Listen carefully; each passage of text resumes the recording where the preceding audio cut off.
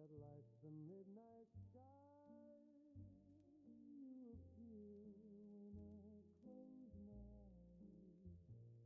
In the silence, I hear your voice calling me with love's soft choice. Every step you take is heaven's grace. In the glow of your gentle face, I feel your wings, I feel your care, like an angel standing there. Heaven's touch, it guides me through, like a dream I found in you.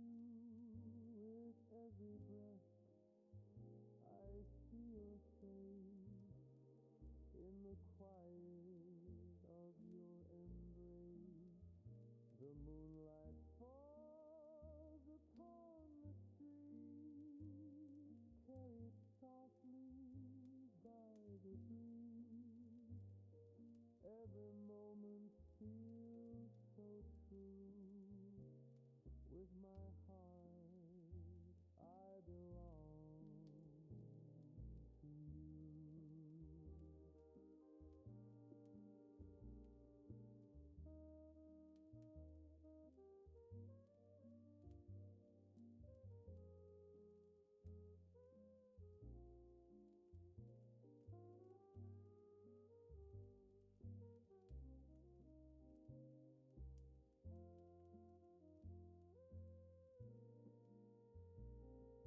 Heaven's touch will never fade.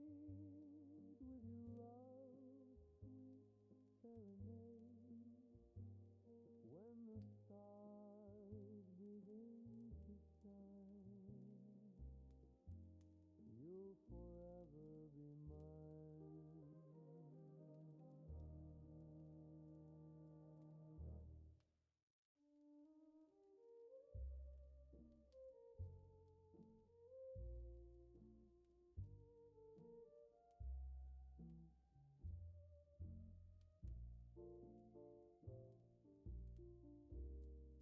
In the silence of my dreams tonight, I hear your voice so soft, so light, like a whisper in the autumn breeze. You're the love that brings me peace. Through the stars I see your face, in the stillness, in this place. Every moment we have shared feels like heaven, like you said.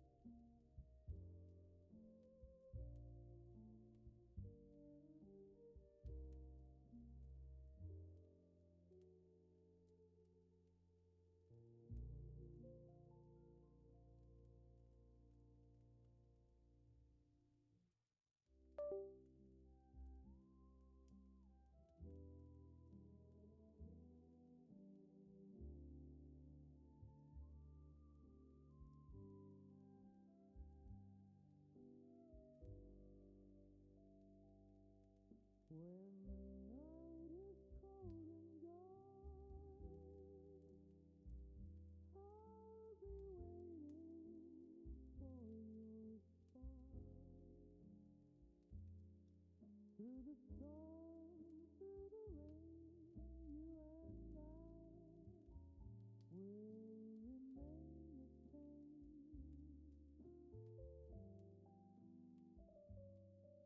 Through the years, through the fight, I'll be here to hold you tight. When the world feels so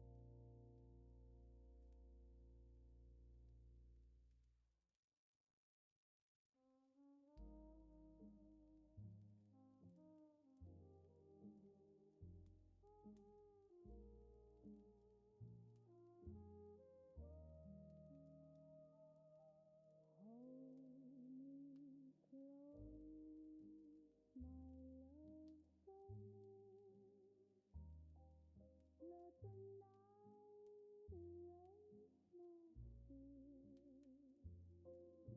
In your arms I find my place.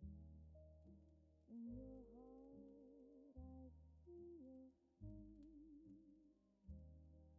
With each breath I feel you near. With the shock the world disappears. In the quiet of the night, you're the only guiding light. Love me tender, love me true. Every moment belongs to you. In your arms I'll always stay. Love me gently, night and day. Through the silence, through the dawn, I'll be with you all along. Every sigh, every dream feels like we're a perfect team. Hold me close, my love, tonight. Let your heart be my only light.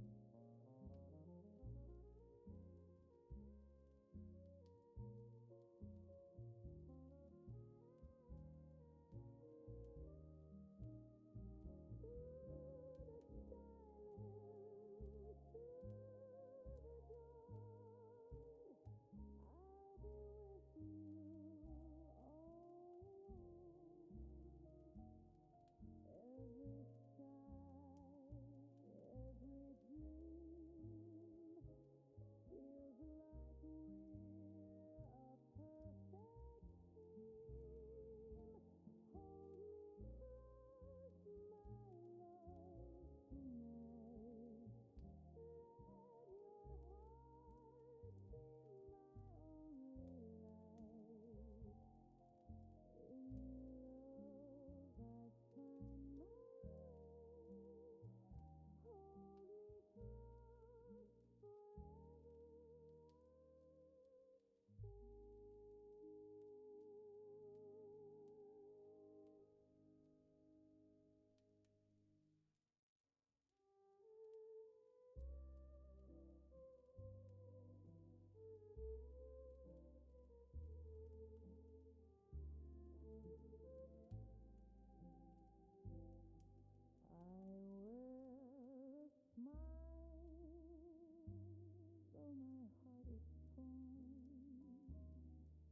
pretending love, though I've been warned. In the silence, you're not here, yet in my soul you still appear. I tell myself that I am fine, but every night I cross the line. With every glance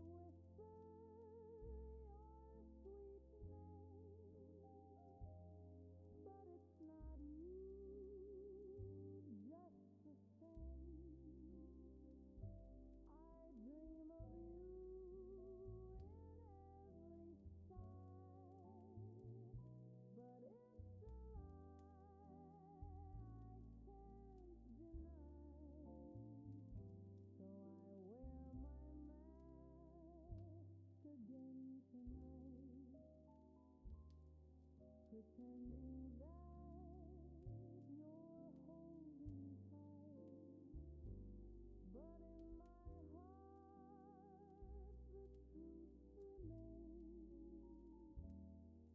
I'm the great pretender in this game.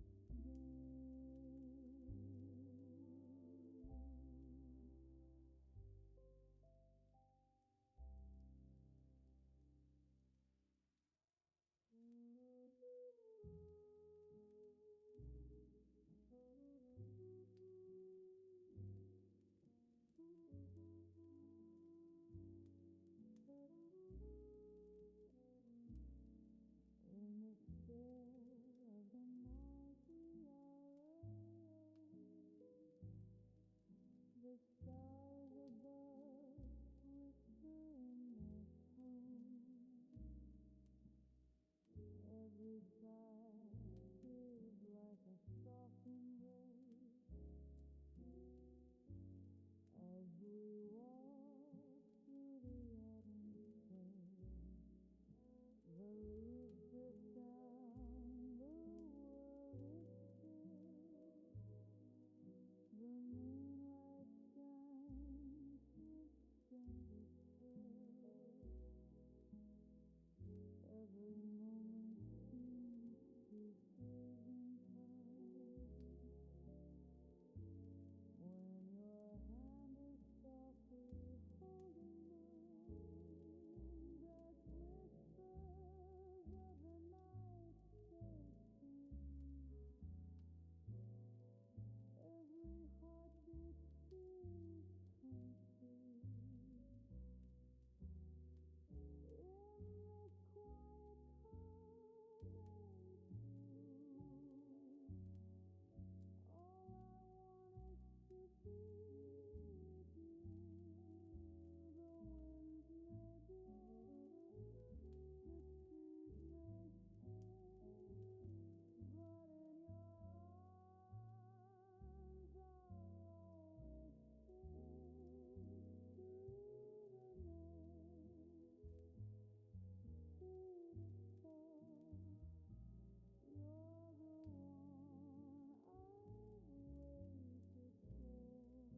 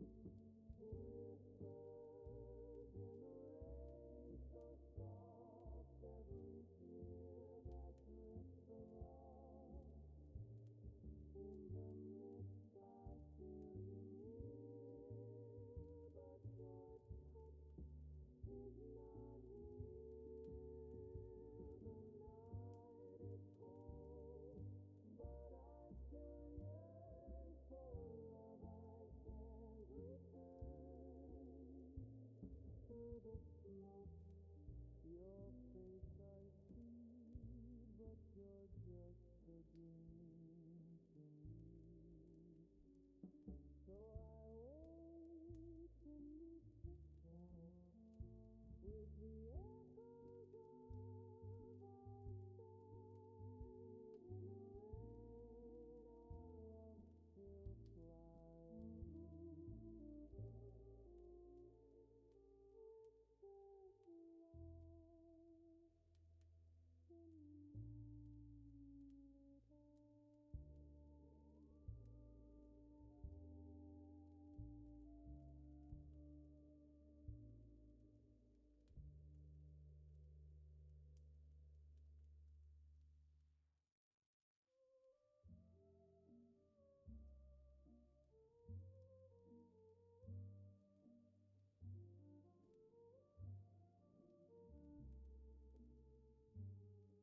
Through the stillness of the night, I can hear your voice so bright.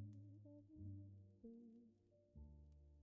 soft and near, is a song that I hold dear.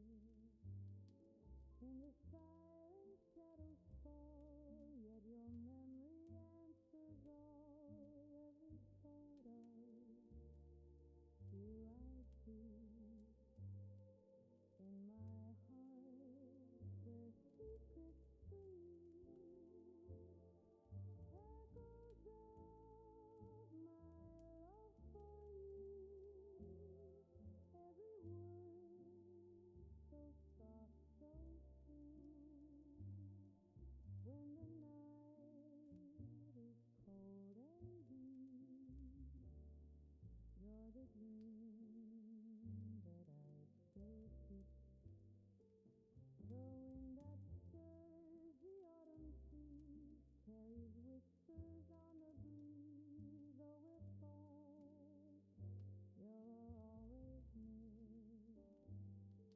In my soul, you still appear.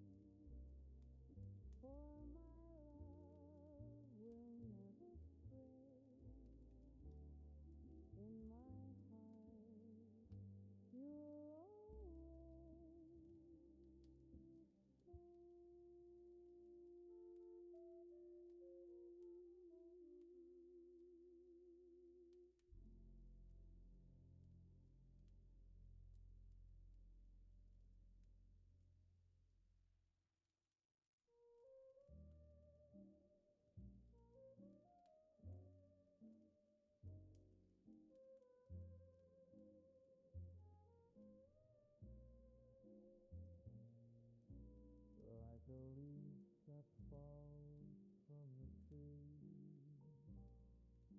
I can't fight what you mean to me. Every glance a spark so true, every touch I fall for you. In the quiet of the autumn night, I feel your heart, I feel the light. In your eyes I see the stars, and I know I'll never be far. I can't help falling in love with you, like the moon that finds the sky so blue. Every whisper feels so near. I can't help falling in love with you. Through the wind, through the rain, the joy, through the pain. You're the one that fills my days. In your love I'll always stay. So let the world drift far away, for in your arms I'll always stay. In your heart my love will be, falling with you through all the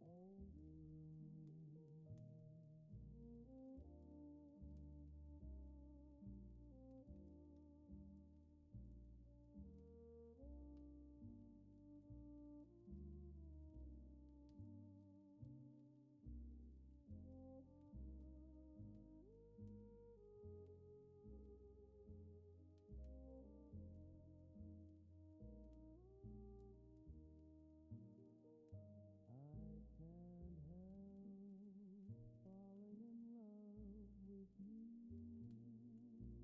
Like the moon that finds the sky so blue,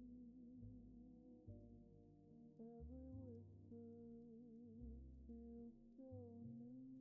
I can't help falling in love with you. Through the wind, through the rain, through the wind, through the pain. You're the one that fills my days. In your love I'll always stay. So let the world drift far away, for in your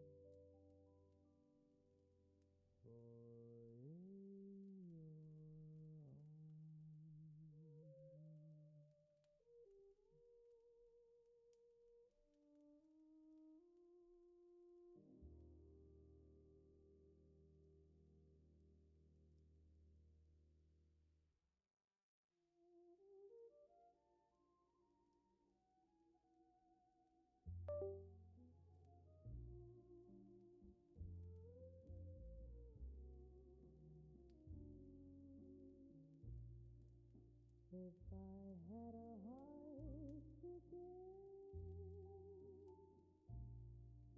I'd share it with the world to live.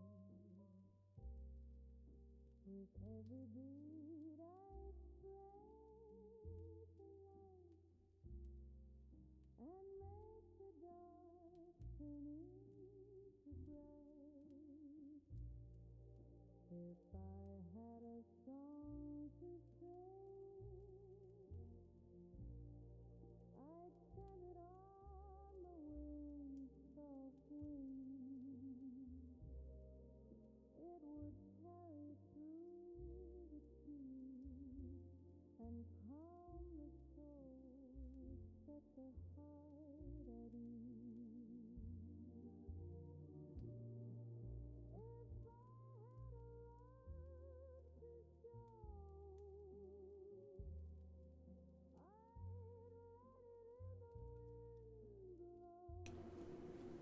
Oh my god. This is why I need AI. I just did this whole thing and I was muted the whole time.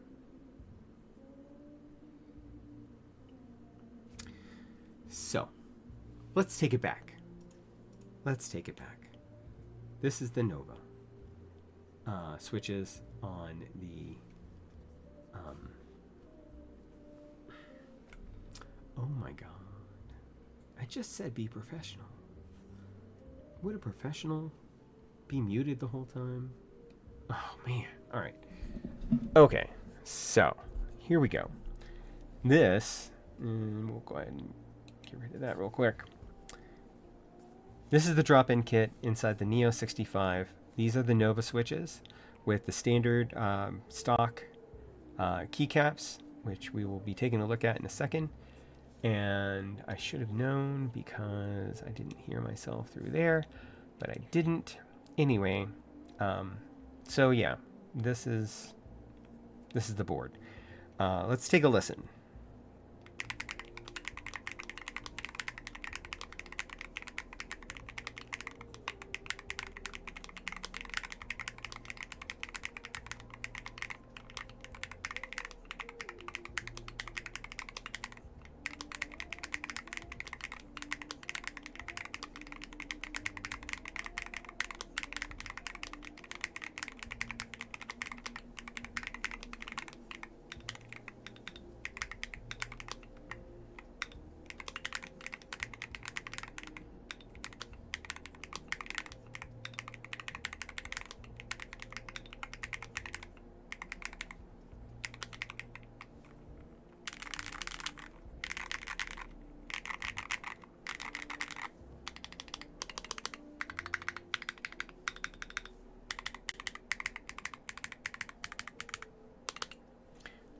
So like most Hall effect switches, this does tend towards the clacky side, but I think that these keycaps, which I think are PC with the printing, the UV printing on top, which let's take a look and see. We'll do that. Move the board down here so that y'all can keep seeing it while we take us through. So yes, the Nova switches, new box style, PG3 material. It says for Thocky acoustics. I mean, and this is full foam, by the way. So, yeah, this is not Thocky. So the stem is palm, top housing is PC, bottom is PA, so pretty standard. It's not an aluminum plate, it is a carbon fiber plate that is in here. It comes built out as the entire module that just is a drop-in set. It does have layers of foam. It does have a PET sheet that is still installed. This is saying that you can drop it into a NEO65 like this, which is what we did.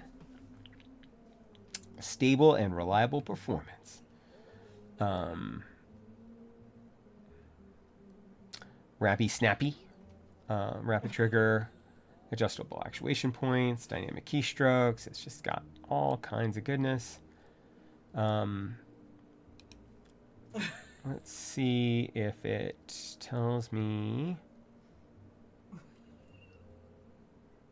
what the keycaps are made of.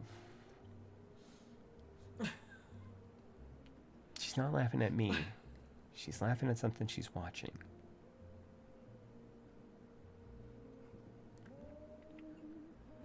No, it's not going to tell me. So, but I'm pretty sure they're just polycarbonate.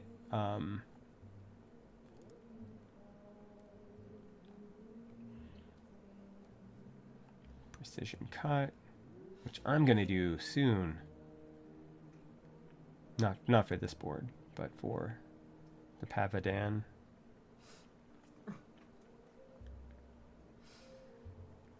So, going over the colors again, you have the gray, you have the green. The green with the green looks nice. You've got the silver, which is available currently. You have the black, which is also available. The sand gold, also available. And then you have the purple, which gives you Mardi Gras colors. Going back to the Mardi Gras colors, because I had the whole thing muted this entire time I ranted about how you should get Mardi Gras color keyboards. Anyway, purple, green, and gold. Love it. And then what we're looking at right now are the, we're looking at the white keycaps with the drop-in module. You can also get it in green keycaps. It doesn't really matter because we're going to take those keycaps off. And we're going to extricate those. All right. So, now that we have taken a look at this, let's see.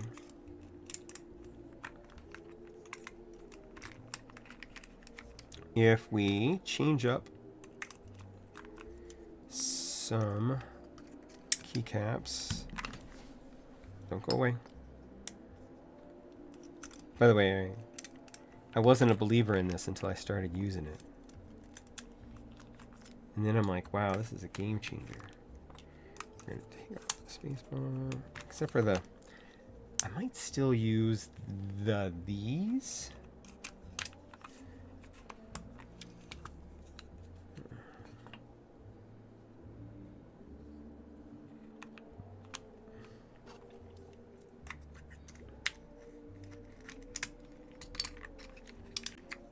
All right.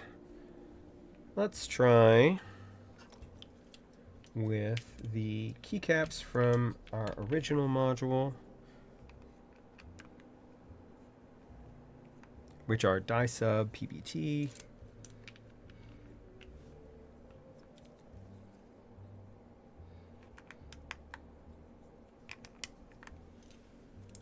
and then we also have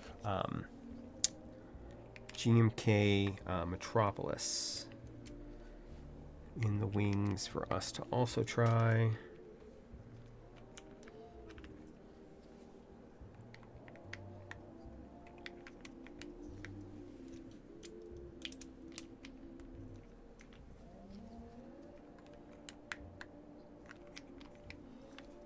And then we're also going to try some other switches.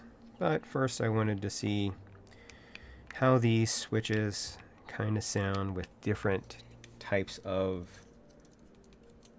keycaps, because I think that they will certainly shine for different people.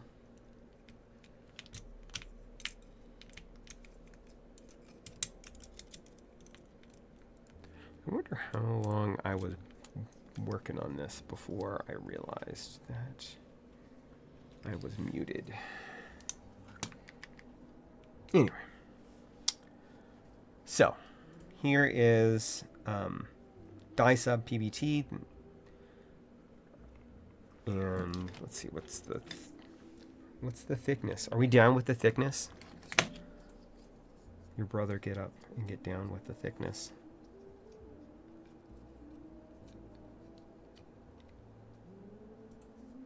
So these are 1.5 millimeter thick die sub PBT, and see, that certainly makes it thockier.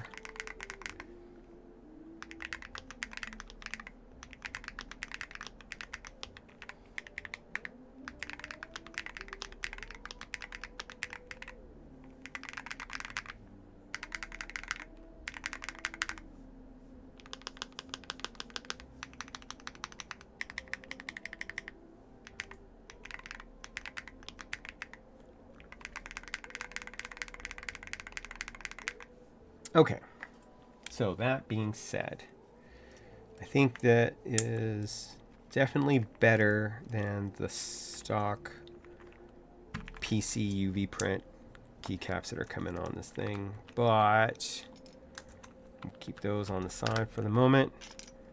Let's go some GMK, because I know people love GMK.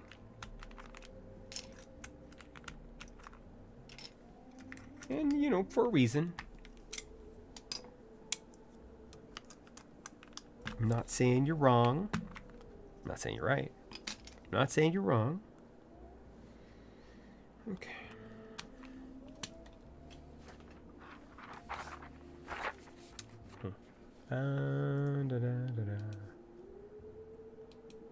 GMK Metropolis.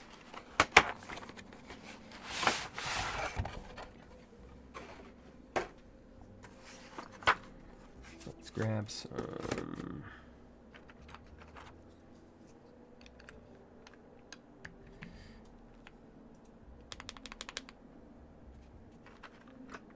See, I don't know if this is going to be better.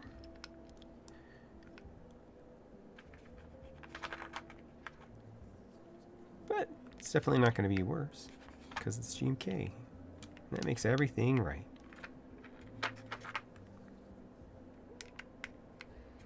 certainly matches the board though.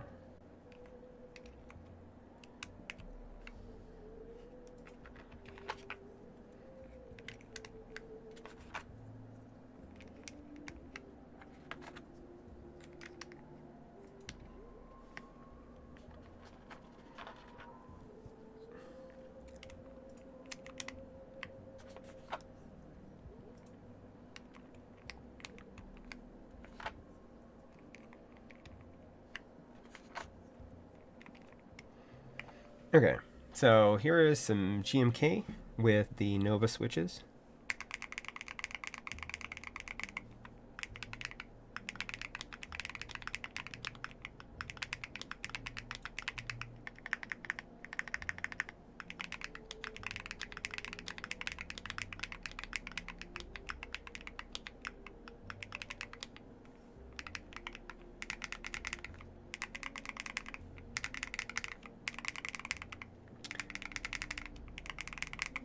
So if you want to go, if you want to lean more into the clack,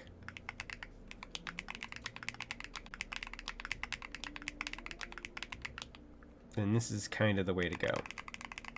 If you want to lean more into what was supposed to be the thock and really wasn't, then well, if you want to lean more into the thock, which is as opposed to the stock keycaps that came with it, then you want to go with something like a die sub. Why don't we also try, I think I have Kanagawa from Masume around here, and I think it's not on anything at the moment. Let me check.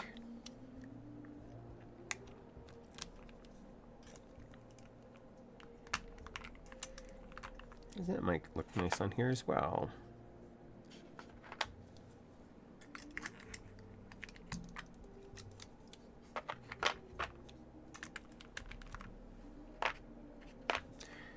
And Asume always sounds good.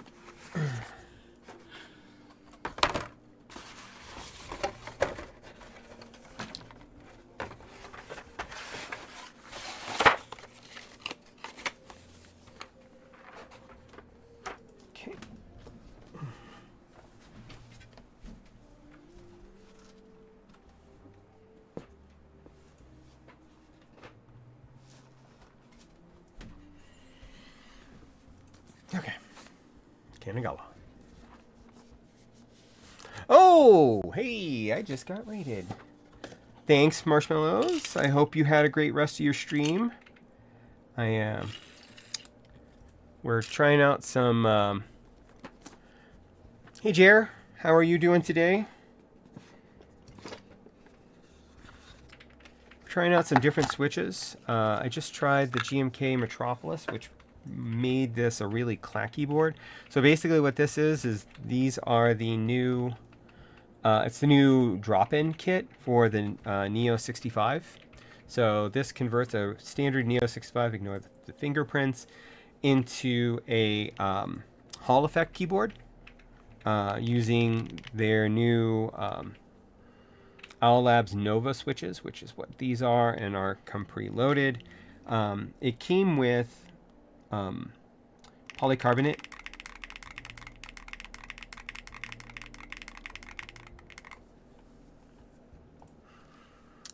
Looking at some cameras.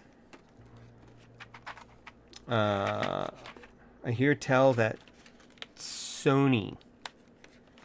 I loved my NEO65. NEO65 was one of the best keyboards I bought, and I'd been waiting for them to release the Hall effect module that they had been hinting that they were going to do for quite a while.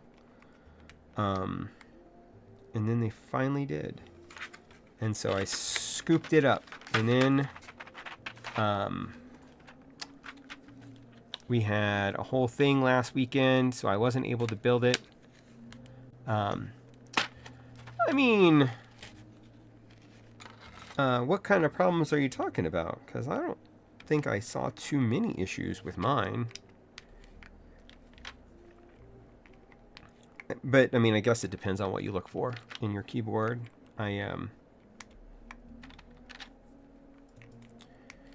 Not only did the I needed the space bar.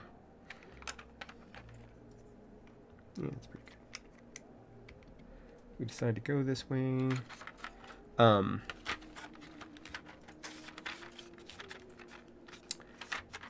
If not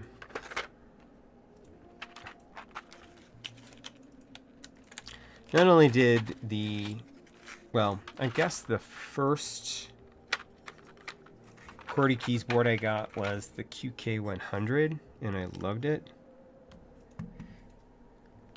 And then I got the NEO65, and after that, I ended up buying more NEO60 or more Neos. I got the 70, the 80. Then I got the QK101 and 80 Mark II. Yeah, I'm a pretty big QWERTY key shill at this point, I guess. But this one was particularly nice to me. So here I just dropped in a few keys just to kind of test and see how we like the sound.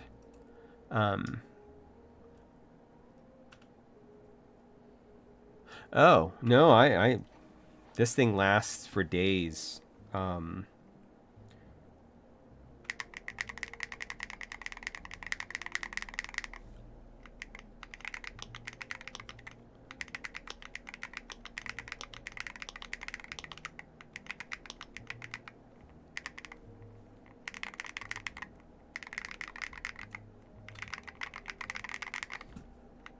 Yeah, I would reach out to them about that. They might just replace the batteries.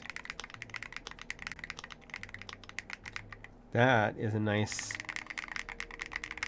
If you like Thaki, which this kind of going into that territory, and I like it. I like where we're at.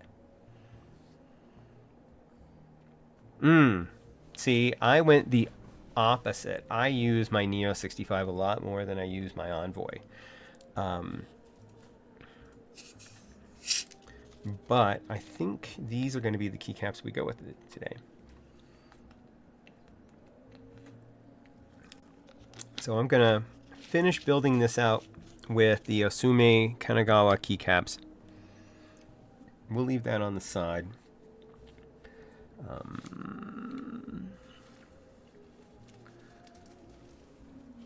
Oh, come here. So, Ziplocs. If you're going to be storing the original keycaps that come with systems, which I do, I drop them in Ziplocs and then I put them back in the original box, and then I store the original box. That way. Okay, cool. See you soon. By the way, if I didn't say it, Marshmallows, thanks for the raid. I think you're awesome, and yeah. Welcome everyone. And again, I hope everybody's having a wonderful Sunday. It's a good thing y'all came when you did, because I spent maybe the first 10 minutes of the stream having accidentally left it muted, and so nobody heard anything. So I went through like the original keyboard build and everything, like the unboxing. This came in it. It's a QWERTY Keys branded keycap and switch puller. It also came with a regular keycap and switch puller, but I mean, this thing is pretty awesome. I don't know if it's like, I ordered my keyboard as soon as it came out, or the drop-in kit, so it might have been an early special, but I hope that everybody's comes with one, because I think this might become my new go-to for pulling switches, at least. This part seems a little flimsy, buy it.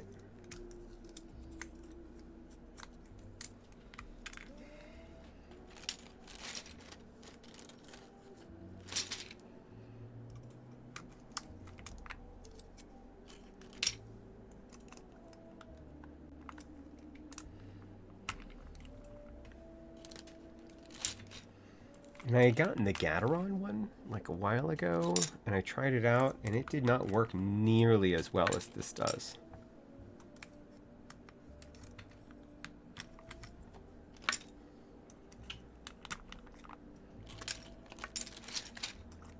So these are UV printed polycarbonate keycaps, which are also very clacky.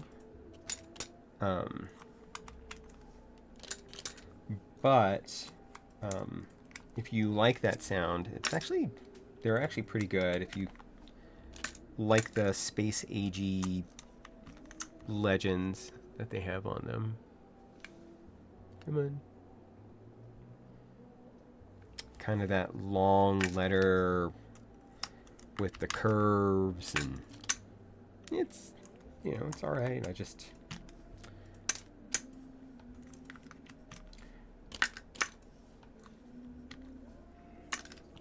not quite as good to me.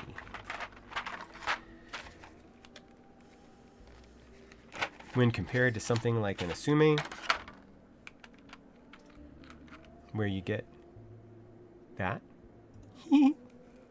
which, is immediately going there.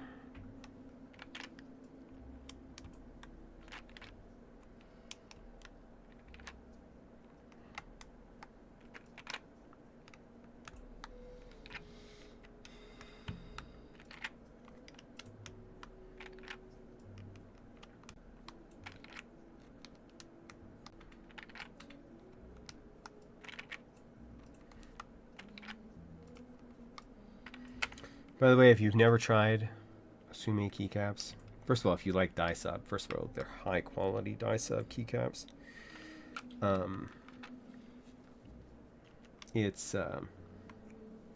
They're fantastic. They're. Let's see if we can get it to show up. So basically, every spot is labeled so that when you put your keycaps back, if you put your keycaps back, it tells you exactly where they need to go. Every set comes with these, the little smiley or the little squinty smiley guys. They're just great.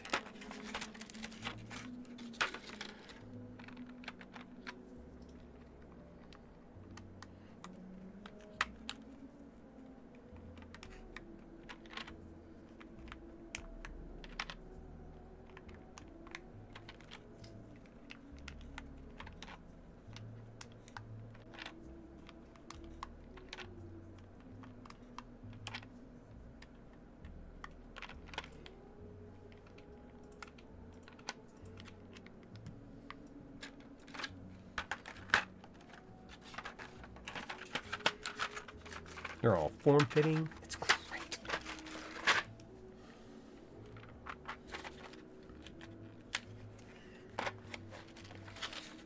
So, like all Hall Effect keyboards, there are no alternative layouts. At least all the ones that I've seen. So no step caps, no split anything. You get what you get. In this case, it's a 6.25U. Some boards, like the Venom, have alternate PCBs for 7.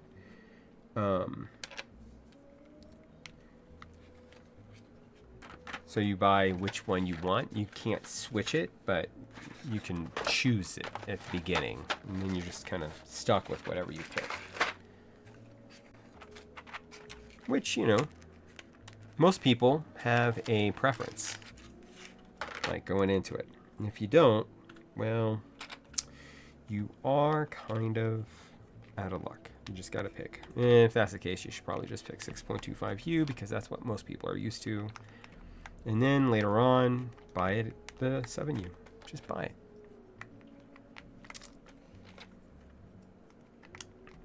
When you have enough money. if you have enough money.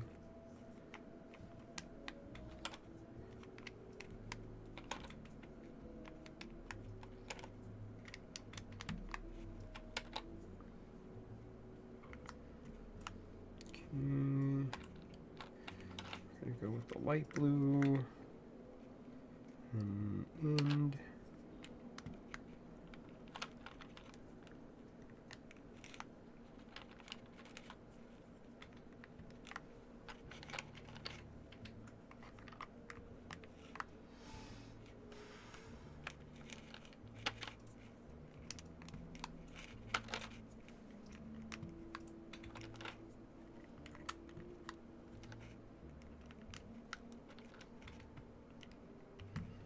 okay.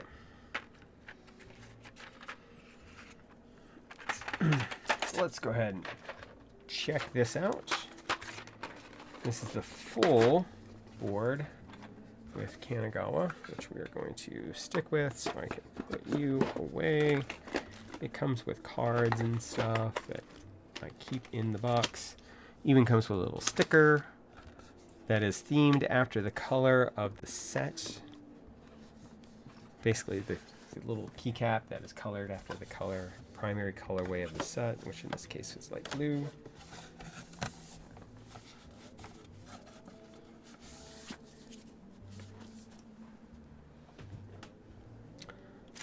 Set you off to the side. Set you back over here. All right. Keep you handy in case we need you. Move over here with that. All right. This is a converted NEO65. So there is no wireless on the Hall effect module. So basically the batteries in my model are inert. I can order stainless steel weights to go in here instead. I could just disconnect the batteries, but for now they're in here. Like their other wired board for their MX, the standard mechanical, the PCB does gain RGB when that happens. Interesting note is that they have extra RGB here, here, here, and here to kind of and a silicone sound dampener, so you get that full spacebar underglow as opposed to most keyboards where you don't, because it only has the one in the switch. So that being said, let's go ahead and do a quick sound test. Let's go ahead and pause this music and then come back over here. And so this is the NEO65 converted with the drop-in kit with the Nova Owl Lab switches and Osume Kanagawa keycaps.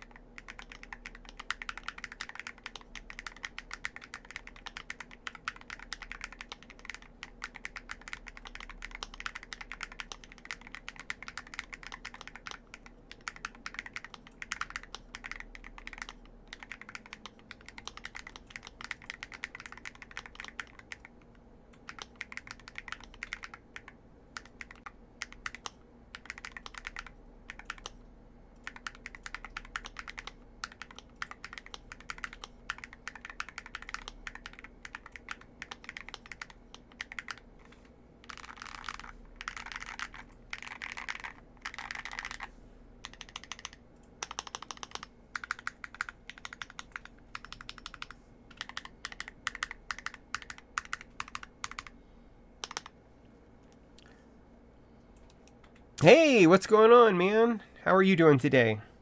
I am just checking out this. This is the NEO65 with the drop-in kit installed with the original switches that come with it. So I don't know what y'all's thoughts are. What do y'all think?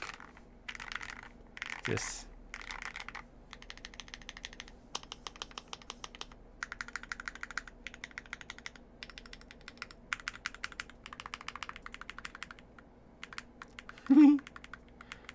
So this is showing us what profile we're on. We can now switch it over to here. It switches it to profile number 2, profile number 3, profile number 4. So you can have up to 4 profiles programmed in, and each one you can have set to a specific actuation distance and rapid trigger and all that good stuff, which we're going to take a look at shortly. But I am kind of going through and taking a look and trying some different things. Now I imagine, and it came with this, which I love. Now I imagine that the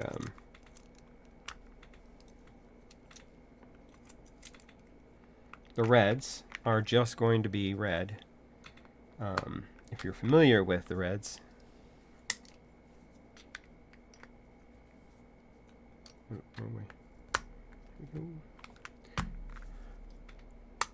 we're going to try them first.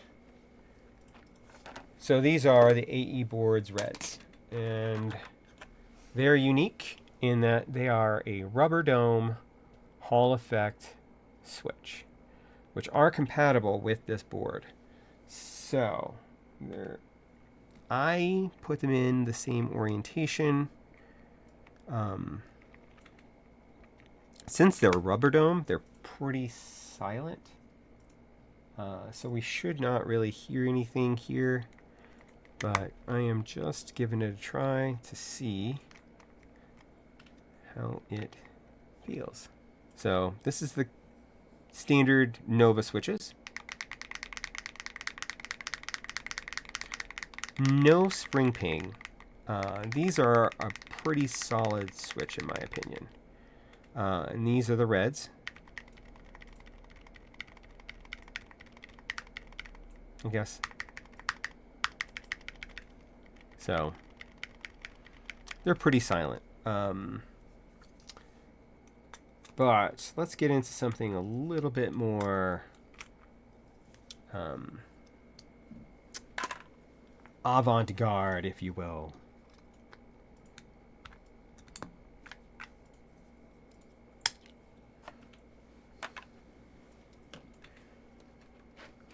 First, let's check out the... because I think these are going to be similar. These are the crystal switches by HMX. And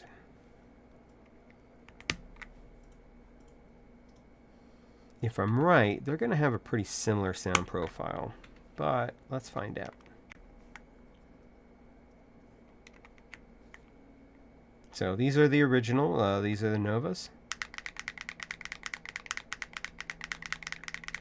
And these are the Crystal by HMX. Well, very wrong. These are very different.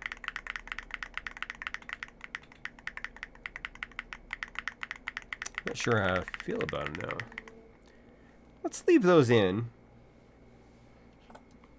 And let's bring in somebody else into the fray, namely the Geon. These are the Geon. These are going to be the Geon Raw switches.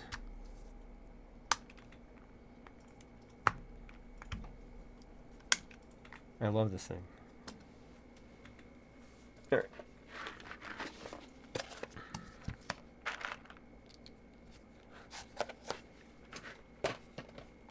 So Geon Raw switches, which are kind of older, but they were one of the best switches for a while, in my opinion.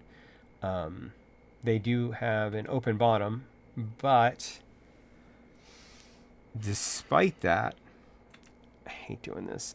Okay. One of the problems with the Geon Raws that I have is the fact that they do not want to come out.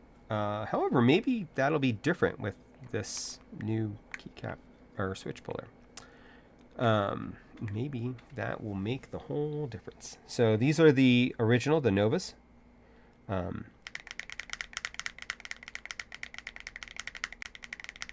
These are the crystals. And these are the Geon Raws.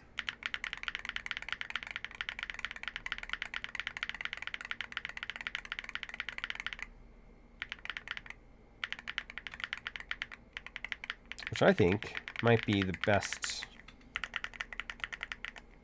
because this kind of has a hollow plastic, and so does this, but not too much. Not enough to really be that annoying, just maybe after a while for me.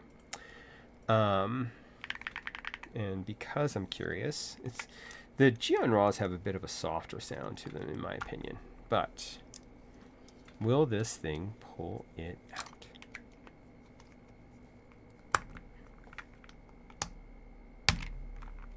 Yes, after a fashion. But we're not going to do that. We're actually going to pull out everything else. Haha! Take that. Let's go ahead and try this board with Geon Raws, because I think that might be the optimal configuration for now. Geon Raws with Asume Kanagawa.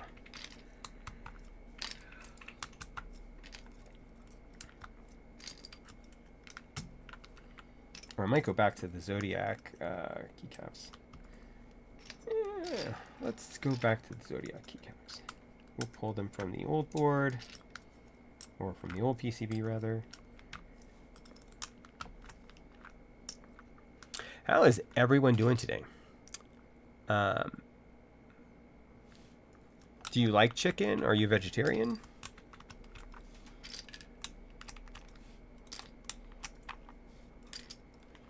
Like, was this an upgrade? Or are you like, oh, not chicken? That's not real meat. I could say that, it doesn't matter.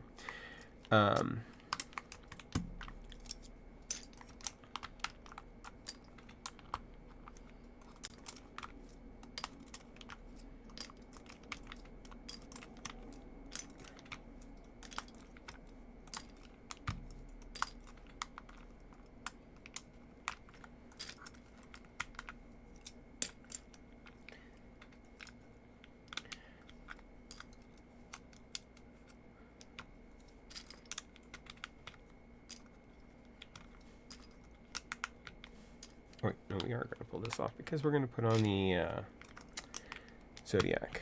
Oh, it's a bonus. Great, great. Well then, yay. And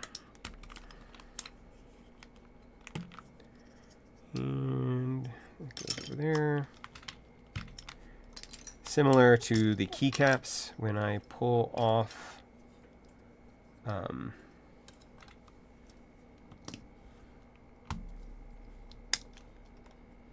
switches, we're going to put them into a Ziploc, put them in the box with the original. That way, if I make a change later on, I know where everything is.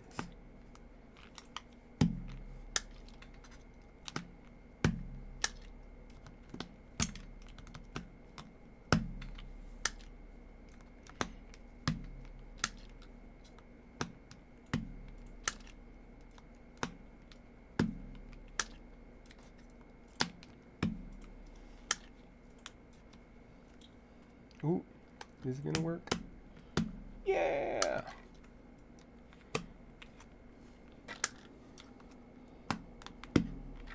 So if you need to pull out the PCB, the new boards come with this. You just put it in, you turn in it, and then you can pull it out. We're not going to do that right now, but this tool came with it. It does not work with the original PCB, which does not have these holes.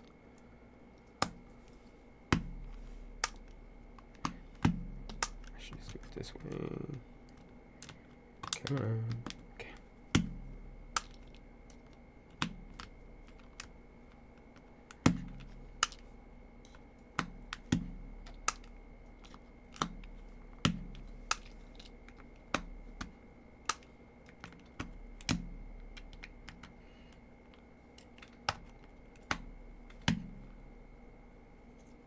Yeah, I can put these in. Let's do that. Maybe they're not in my way. Okay. Oh.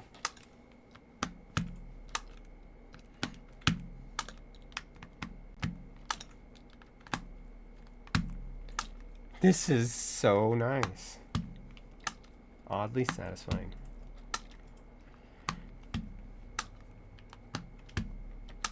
By the way, the PCB has a silk screen of the word NEO on it.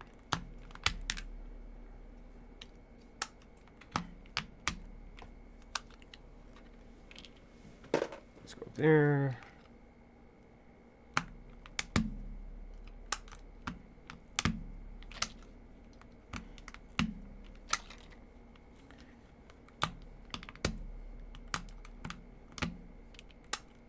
Come on.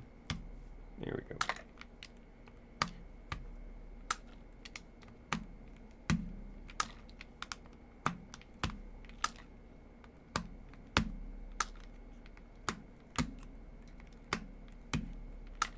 That was my fault.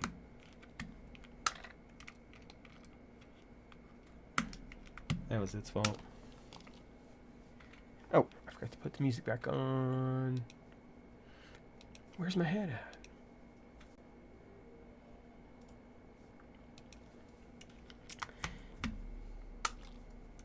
So today it's ambient 40s. I don't know if y'all like the not so roaring 40s, but just kind of a little background ambiance. If you can't tell, I am old. I'm not old enough to have been in the 40s, but I remember my 40s. That makes a difference.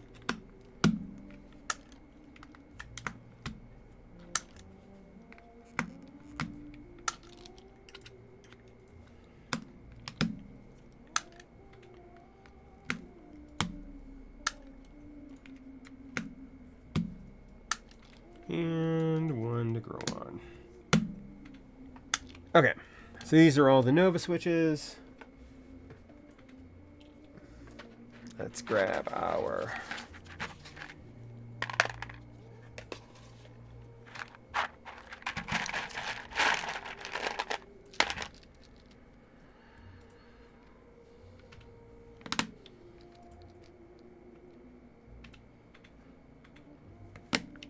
So, like I was saying, you really kind of got to commit to the Geon RAWs, because once they go in, they don't want to come out. They not only don't want to come out, but they also will break when you try to take them out, because they don't want to come out. So, like this guy right here, where the tab is broken, that.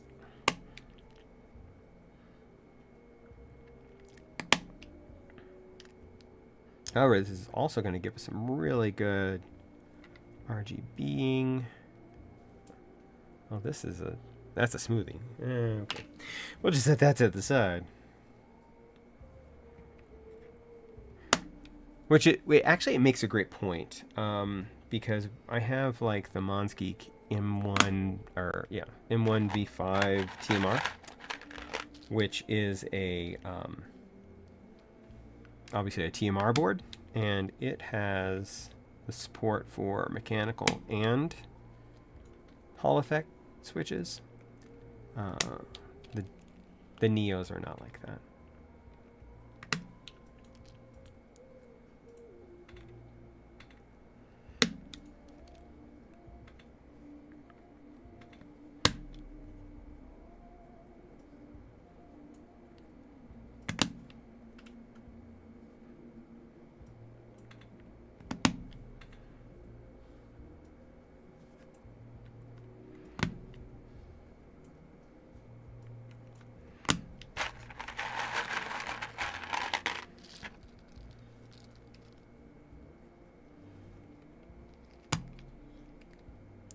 2.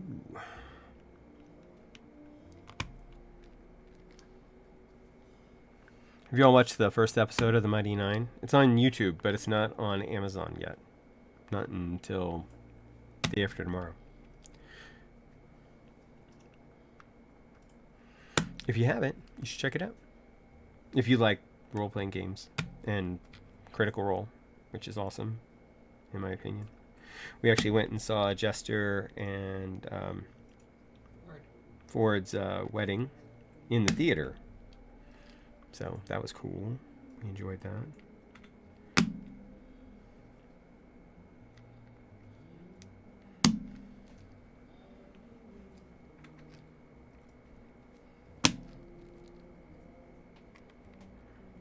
Let's just do it this way.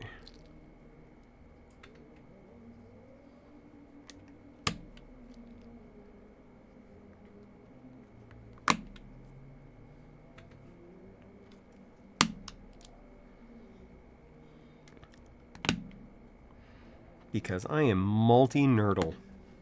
I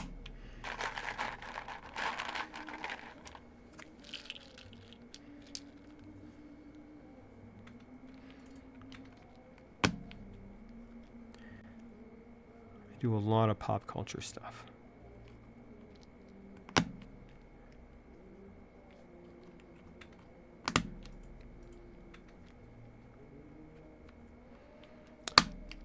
So I'm doing this, the Neo today, but where'd you come from? I don't know, but you go there. But I have some pretty awesomely exciting stuff coming up. I already have a Margot that I'm going to be building, and that's right here, and I'm so anxious for it that I want to build it now. We've got some budget boards, one of which I might break out today, because I think I have the Red Dragon Umbra, which is one of their few aluminum keyboards that I've been wanting to take a look at. I have the KBD pad.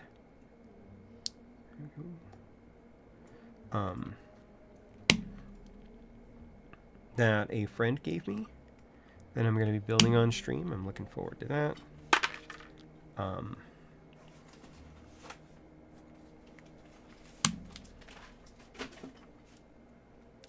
Oh, and then, right,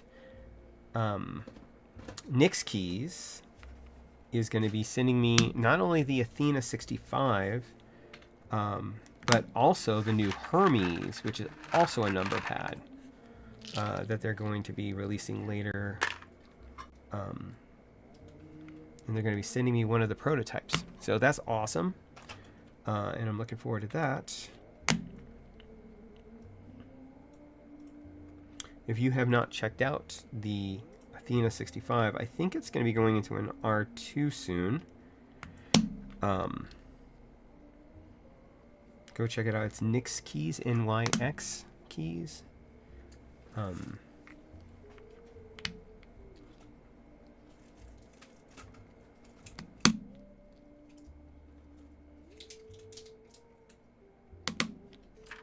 close.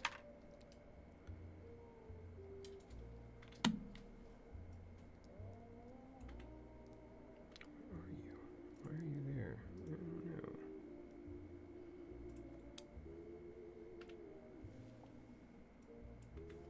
Oh, and we're just going to set that to the side.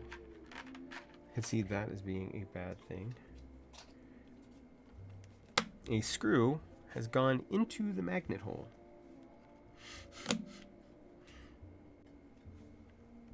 I will deal with you later. Alright, so we're going to go with these die sub this time.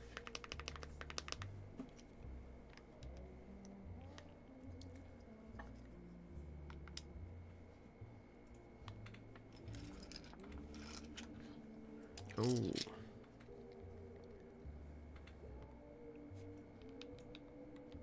Yeah.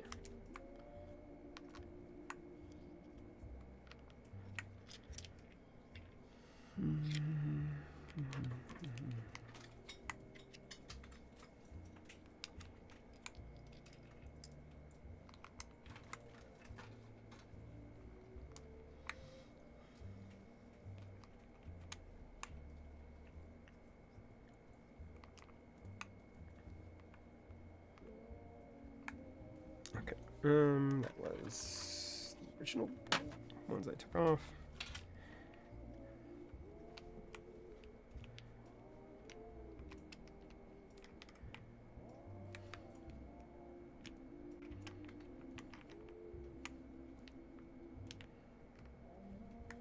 I really do love this set. It looks great. And, you know, it was like a $30 set from AliExpress. Had a bunch of extra novelties with it. I'm a big fan of the space bar. I mean, no, the backspace.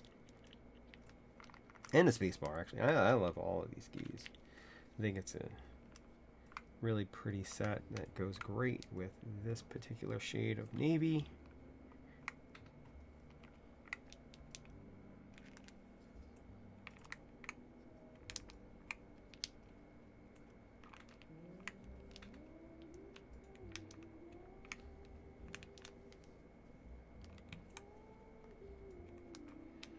Then the combination keys, like the backslash and the backspace, the caps and the shift. One of my problems is that the step caps does not have the same sun motif, so you lose that if you do it that way.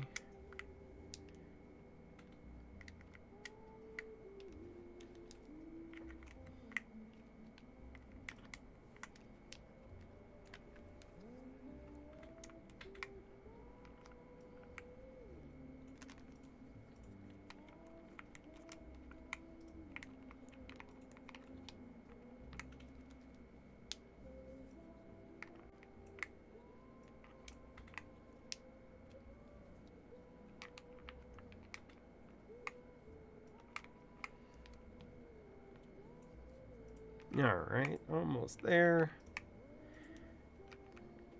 Can't forget the win key, which is, you know, I guess supposed to be for Windows, but it's just a win key. I mean, you hit it and you win.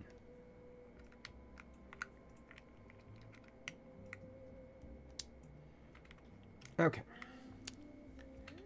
Don't lose the original foam. Keep it all together.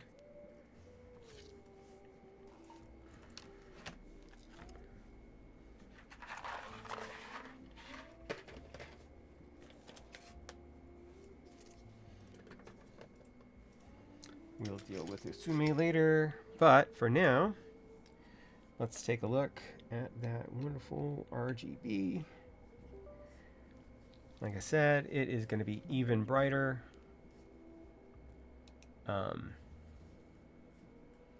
Now that we have a white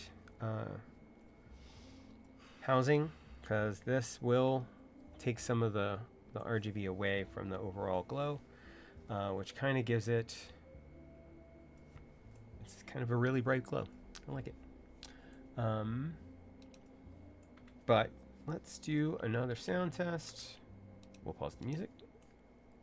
And here we go. This is the Geon Raws with dye sub Zodiac keycaps that I got off of Amazon for 30 bucks. I think it was 35 on the Hall Effect conversion NEO65 with the dusk plate and all foams.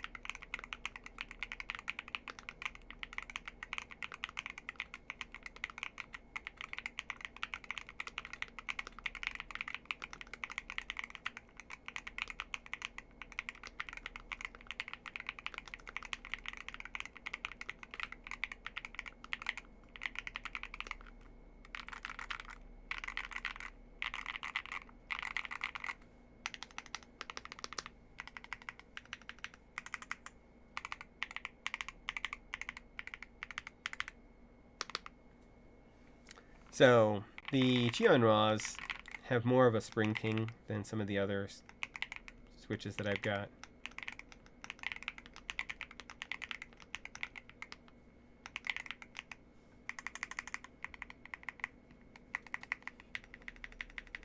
It's not too bad.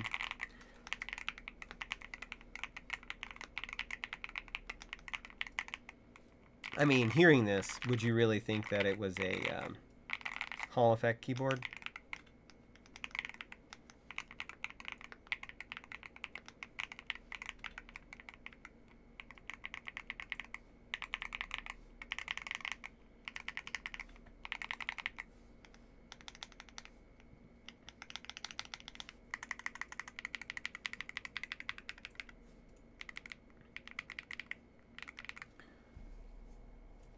I mean, I don't know. I think it. I think as far as a gaming keyboard or even a day-to-day keyboard, it's not bad sounding at all.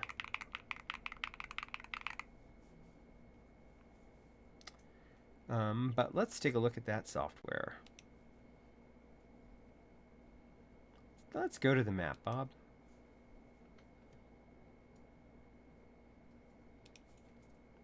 So you get to the software pretty easily.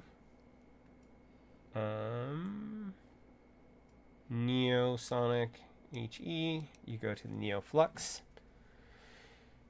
NeoFlux is he.qwertykeys.com. Take a drink of your Coke Zero. Not sponsored, but I would be sponsored by them because I would absolutely take that Coca-Cola money.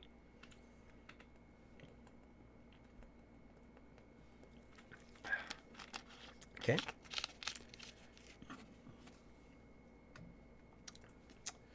Come on, QWERTY keys, don't let me down.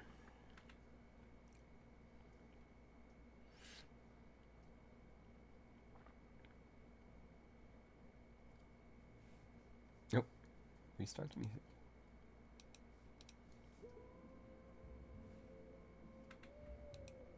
Okay, here we go. Authorize your device. It pops open something very similar to the VIA configurator where it asks you what keyboard you've got. It has found the keyboard. It recognizes that there is a new firmware update. Let's go ahead and do that, and we can take a look at that real quick. Online update. I had version 1.2.2. They want to go to 1.2.3.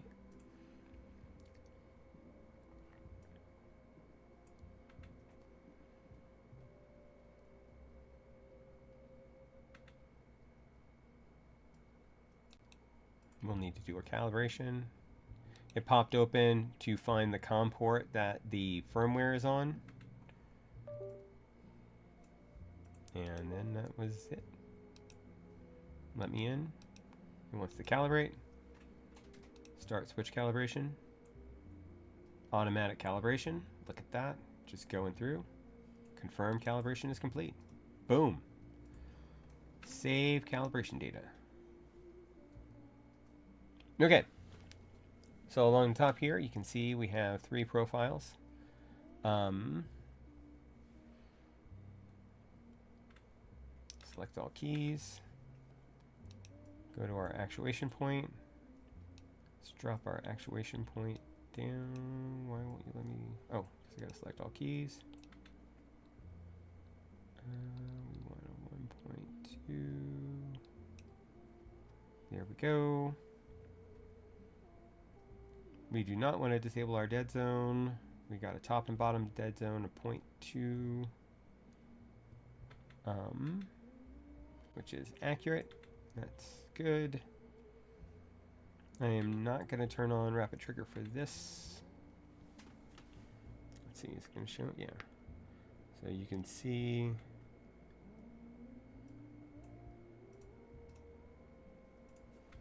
what you're hitting. Boom, boom, boom, boom. Anyway, that's nice. Let's take a look here. We'll go into Profile 2. Profile 2, we're going to select all keys. We're going to bring it down to 0.8, which is what I normally run Hall effect at.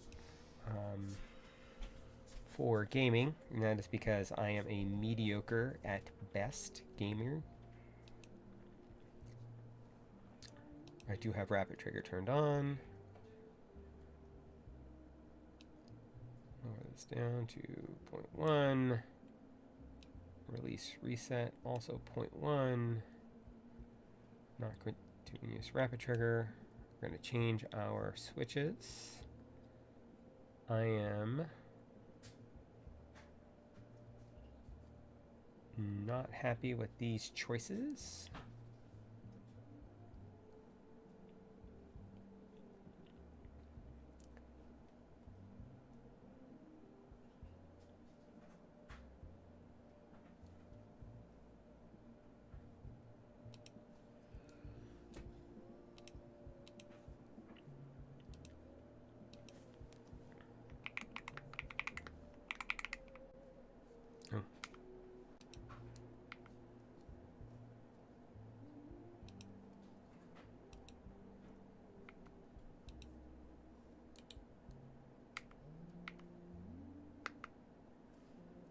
Uh-oh. I did something.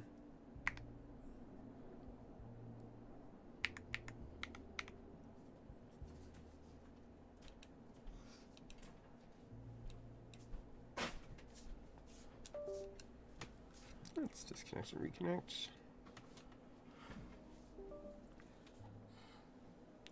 Oh, I know why.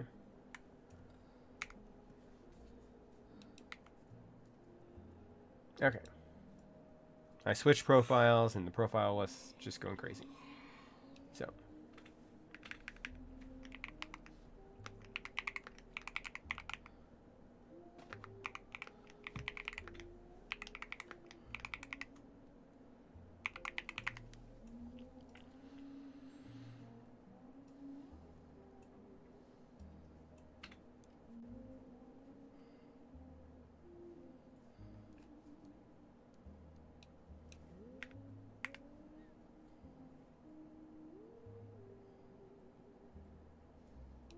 So we want G on.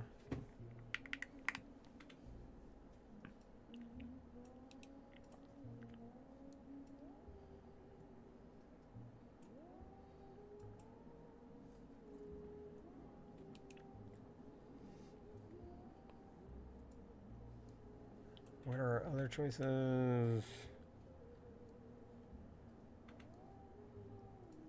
Jade Pros.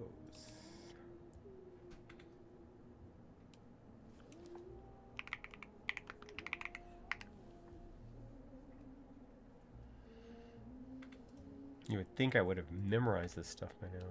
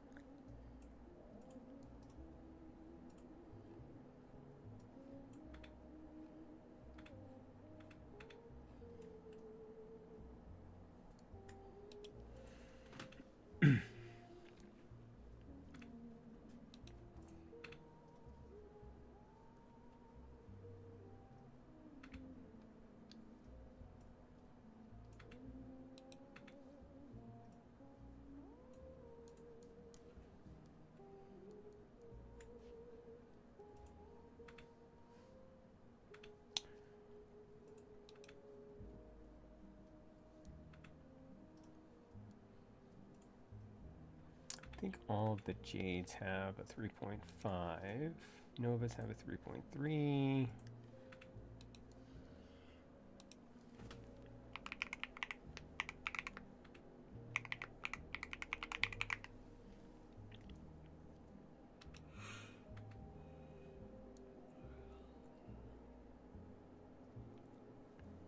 Now, Ties have a 3.5.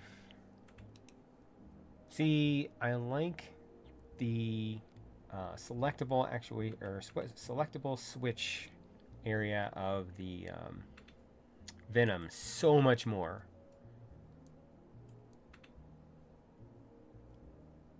We're just gonna go with Calm. Oh, Select all. Yes. Switch calibration. Start switch calibration. Calibrating the switches. Just remember, switches get stitches. So we can go into gradient up and down, which is what we've got. Alpha mods. Go with a solid color. We can go with dynamic. We can go with reactive. So good selection of different choices. You can also do a per switch, I think. Nope, doesn't look like. Okay. Advanced keys. This is where you're going to get your socked dynamic keystroke.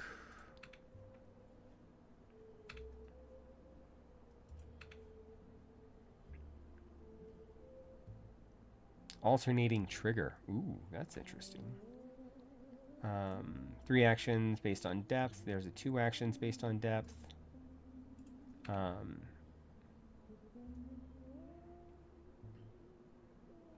this is interesting. Monitors 2 keys. Fires the deepest key. If both are bottomed out, then it fires both. That's cool. Key remapping. We are going to remap that to this.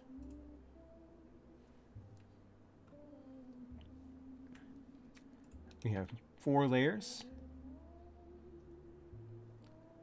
And I am going to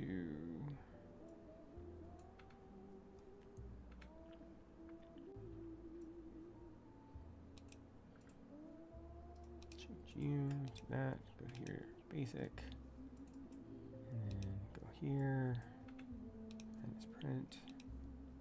It's home. Page up. This is my standard configuration.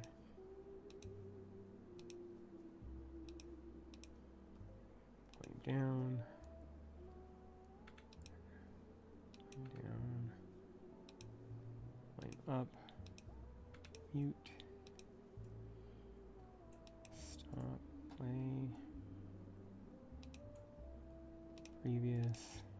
Next. Okay. So yeah, and we can go back.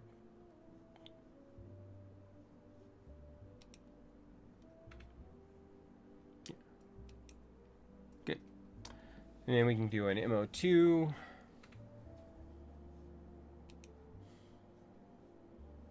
Which that's where our clear EEPROM is located. Yeah, cool. All right, so I'm just doing profile 1 for now. Let's check out the settings. We can import clear settings, reboot the keyboard, switch it into DFU mode. This is nice. The one thing I don't see is the ability to change it from an 8,000 hertz polling rate, which it should have, I believe. Let's go back in by category, Hall effect.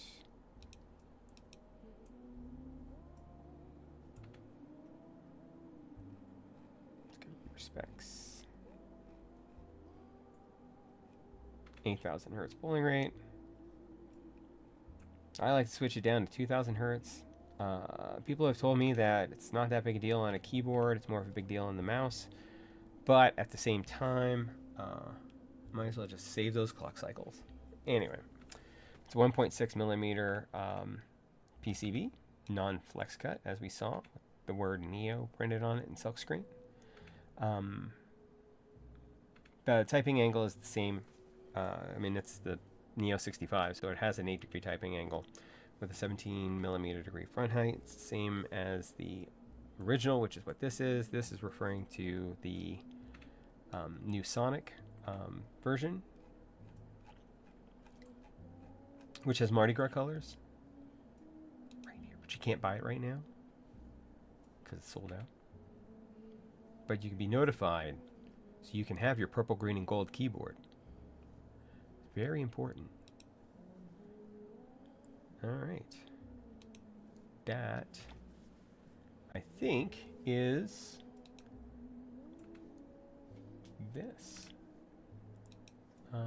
Is the NEO65. Does anybody have any questions? Want to know anything? Can I look up anything for you regarding this keyboard?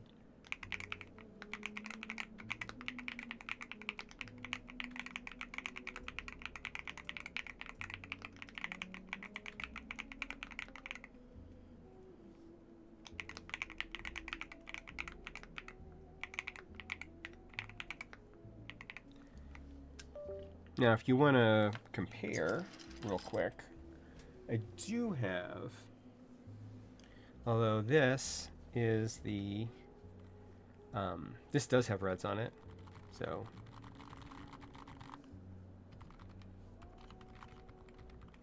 this is what it would sound like because reds are pretty much silent.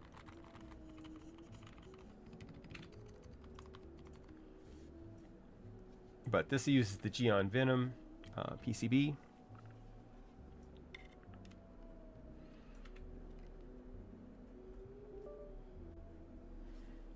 There is no RGB, but it is wired only.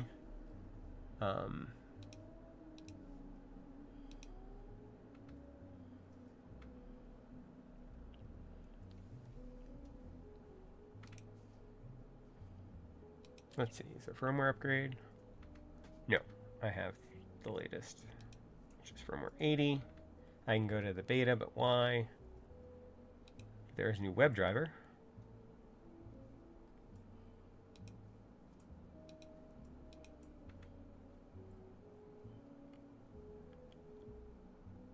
So I'm actually coming in here to show you the switch selection that this has.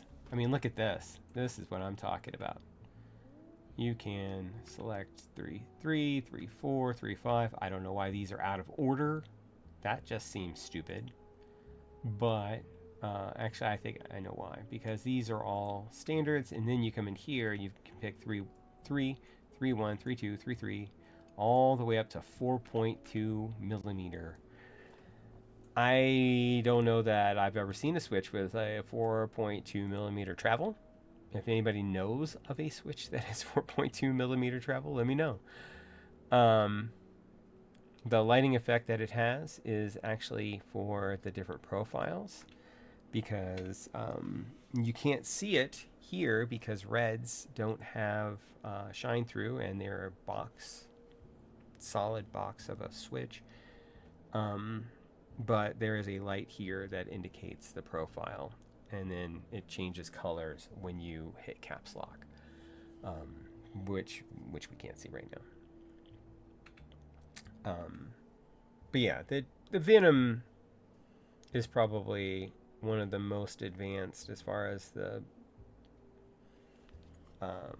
software goes.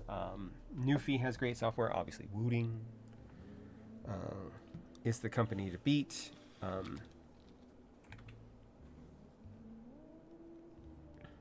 But yeah, that is this board.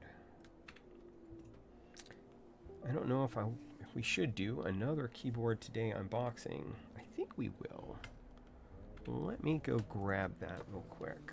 Actually, let me go ahead and put these switches into a Ziploc to get them out of the way.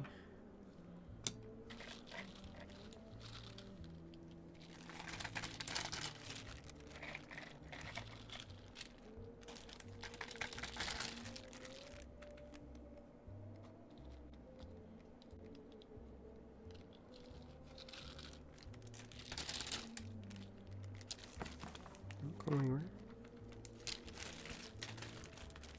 Okay.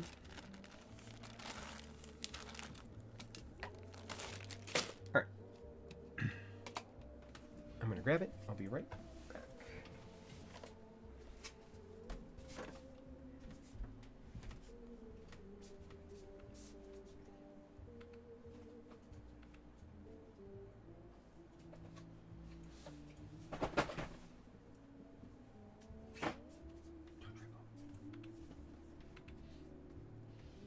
Don't trip over that.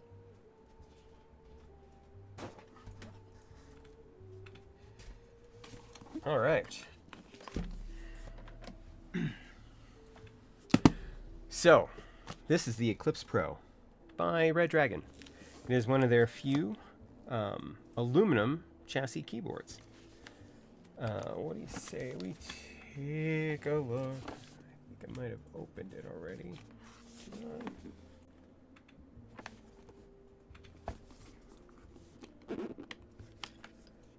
Or maybe not. No, I didn't. Okay. I usually check them to make sure that they have something in them. How's the chicken salad?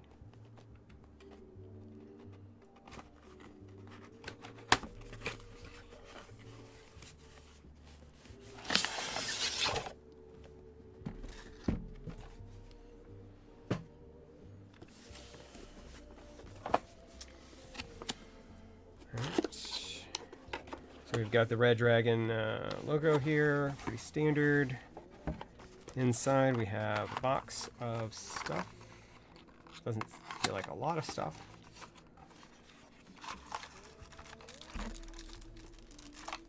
What do we got? Keycap switch puller.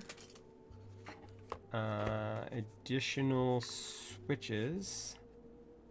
I think the switches that come on this keyboard are the Lion. The Red Dragon Lion switches. Yeah. So, let's see. Yeah. So these are the Lion switches. These are a linear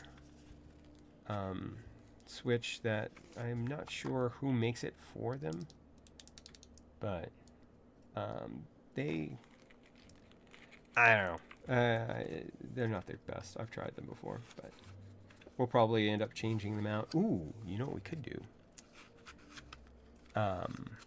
We could put on, we'll set that to the side, a gray, pretty standard otherwise, USB A to C cable, the keyboard, some stickers and the manual.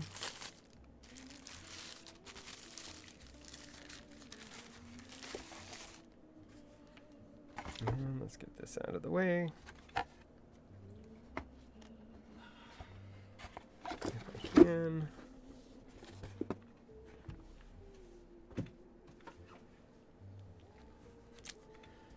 All right. This is still this cable.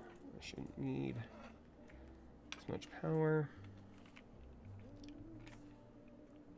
As opposed to most of the Red Dragon, the connector is on the back, along with the Windows to Mac, as well as off, which is actually the wired connection, and 2.4 and Bluetooth.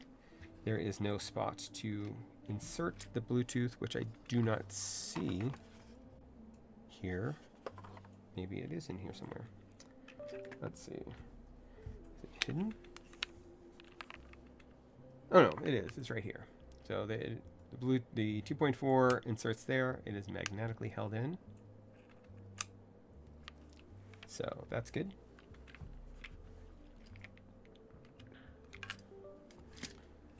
The screen is a little warm for me, but it's a decent screen.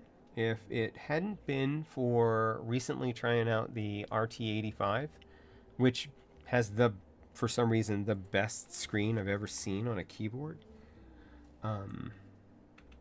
this would be a very, very pretty awesome screen. But I've seen that now, and so you can't go back. It's the really real world. There ain't no going back. It has basically a cherry lip that goes around the entire perimeter of the board, which is nice. There is side RGB accents. The bottom, pretty plain. There is the keyboard information. The keycaps are a double shot, I believe. Maybe we'll use my new thing.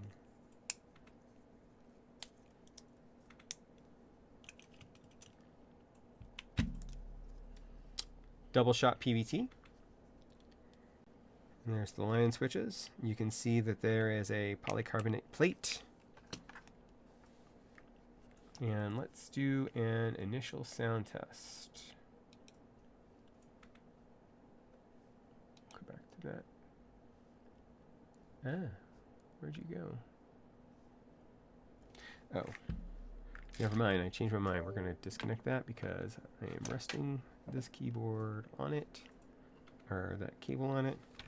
So, I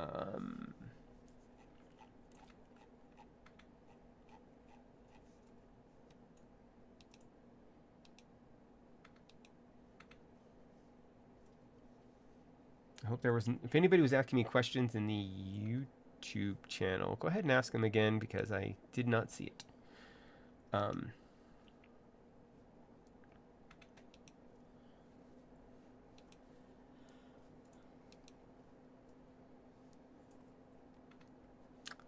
Let's see. Here is a base sound test with the keycaps, and then we'll take a look at the specifications of the board.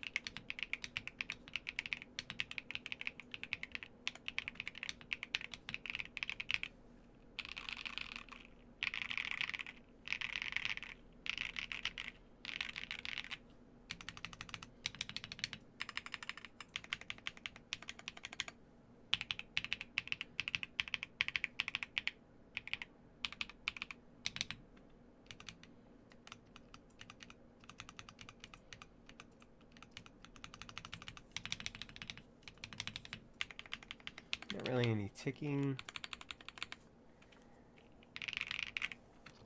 Pretty nice glow from the RGB if you're into that.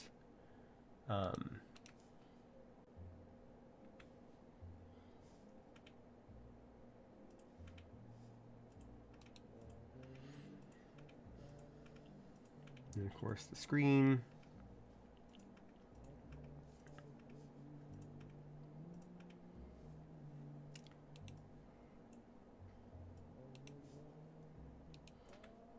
Let's take a look at the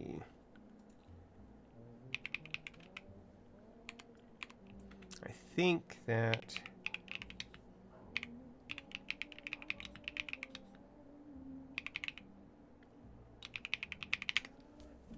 they have a web driver for this now.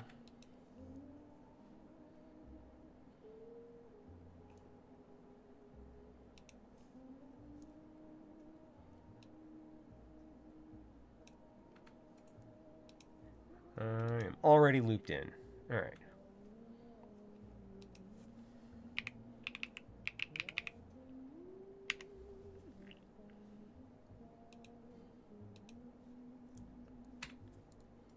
Okay, so let's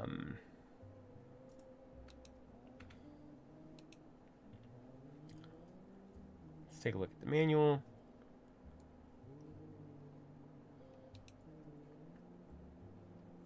Apparently it has built-in speech recognition. I don't know what that's necessary for, or a keyboard. I use a keyboard so I don't have to talk to people. Oh, it's Siri. Does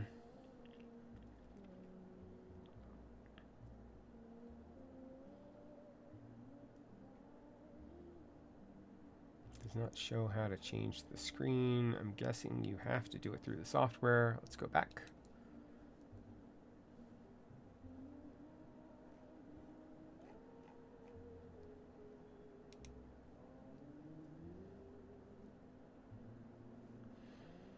Pretty standard. It is a 75% 81 key layout. Bluetooth 2.4 gigahertz and wired mode. CNC aluminum. Does not say the grade. Smart Info TFT info screen that I'm sure we can put a GIF on, and will. 5 layers of sound or of noise dampening. PBT round caps. I don't know what profile this is. It kind of reminds me of an SA or ASA. It doesn't look tall enough to be. It also looks kind of almost a flat profile.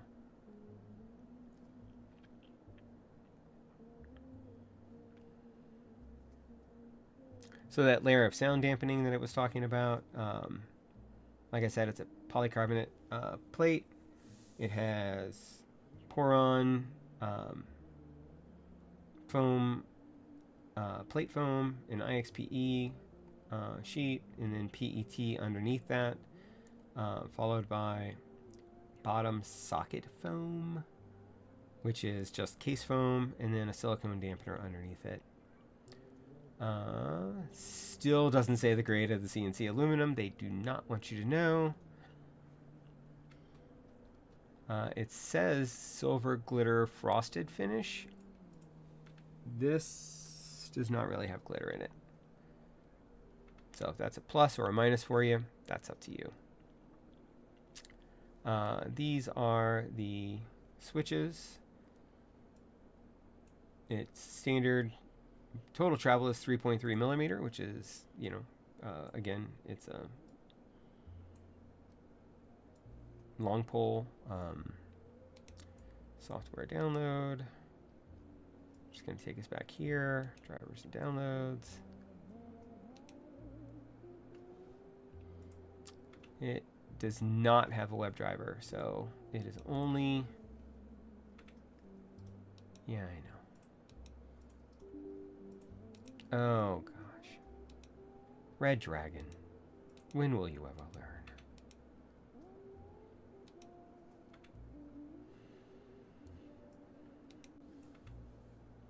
Alright, let's take a look at this software then.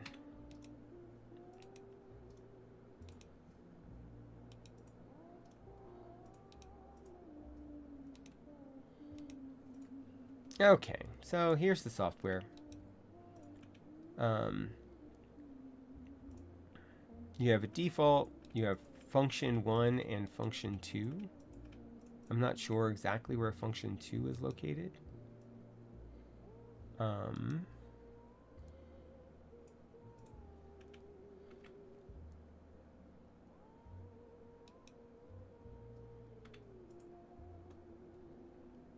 This is not intuitive.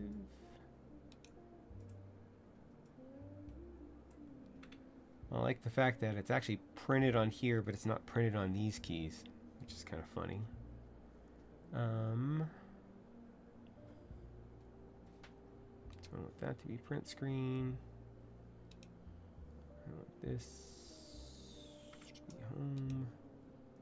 I want this to be page up. I want you to be page down.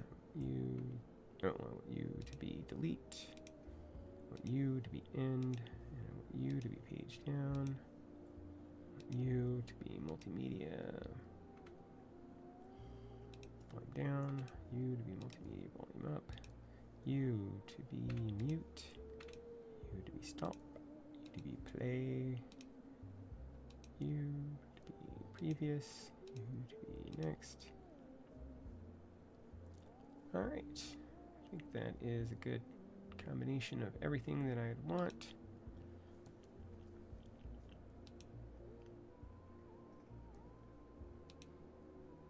Oh, here we go. Let's take a look at the screen. Let's load.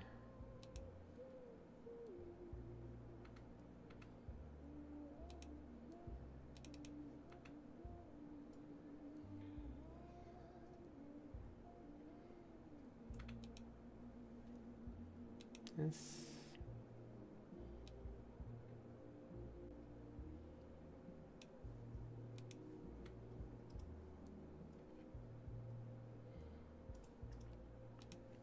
Let's go ahead and apply it. See how long this takes. Now, granted, this isn't the best cable. I mean, it's a decent cable. It's a Ordinary Labs cable. While we're waiting on that, I will take a drink. Oh, wow, 1%. Oh, no. Oh, no.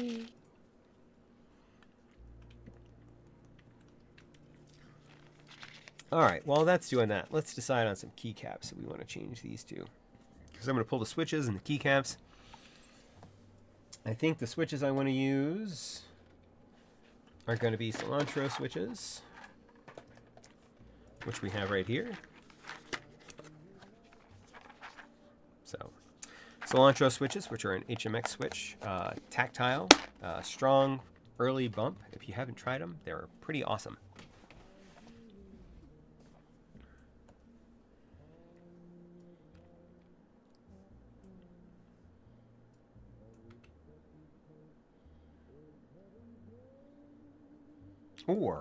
Or we can go GMK Metropolis, or no, and we can go GMK Metropolis. Let's do that.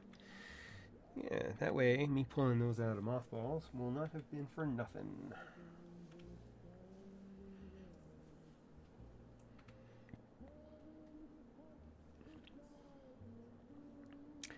Which is funny, because, you know, you put GMK keycaps on a Red Dragon keyboard, and suddenly you are... Because right now you can get this keyboard with a Black Friday deal with BFCM 2025 code for 20% off of its regular $99.99 price. EU prices do include the VAT, and so, you know, you're talking $79.99 for a keyboard with, and then we drop on a $120 set of keycaps, because that's the way we roll.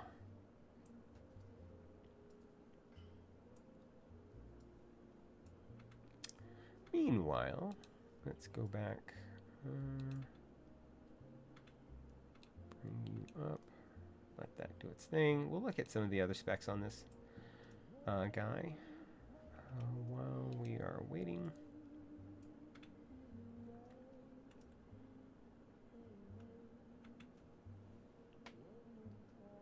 It did not have any hollow sound. And frankly, that's probably the best I've ever heard that particular, these particular switches sound, was that. It only comes in a QWERTY layout, so, you know, for you EU people, keep that in mind. 1.8 kilograms, which is an amount of pounds.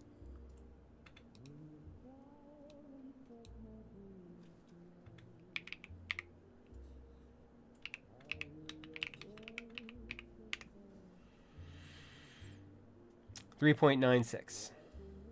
So just under 4 pounds. That's actually a respectable. I mean, it has a decent amount of heft because it's an aluminum keyboard. So that's nice. Does not list its typing angle, unless I'm missing it, which I'm not.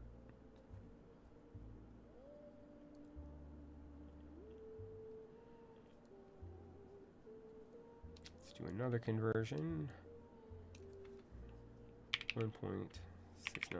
I love the fact that the weight is in kilograms. The size is in inches. That can't be right. Let's go ahead and lift this up so that I don't disrupt this.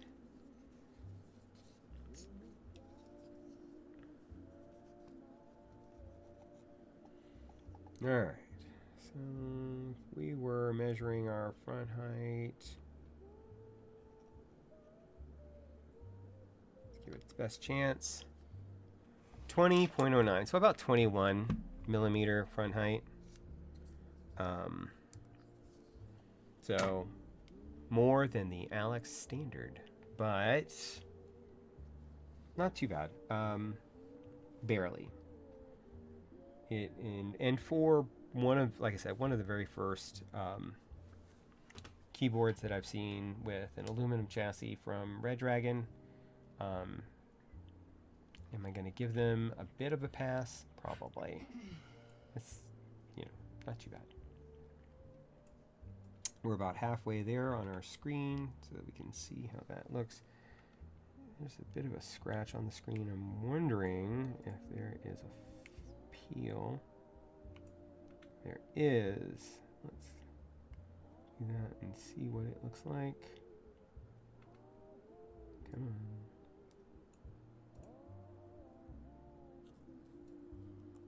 That's a pretty satisfying peel. All right. That's...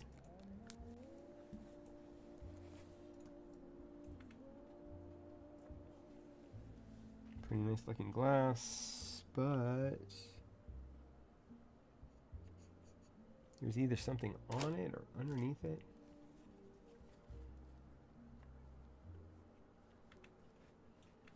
Probably something underneath it.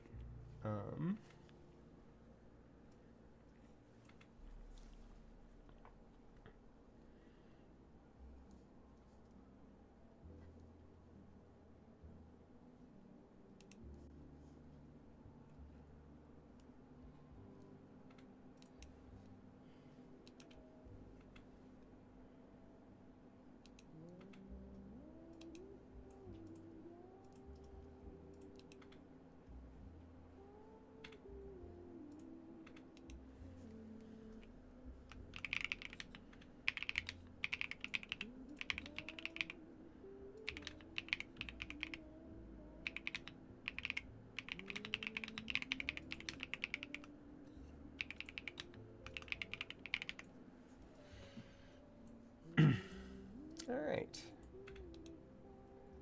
This is at 67%. Hot swappable hi-fi switch.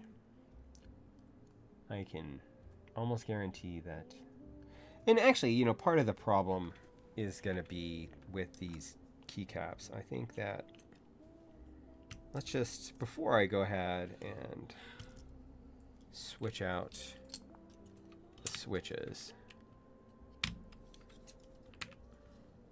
By the way, super nice and creamy. I would not call this keyboard.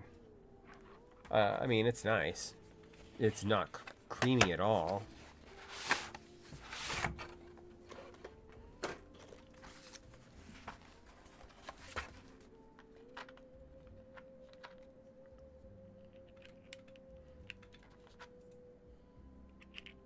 It's about to become less so.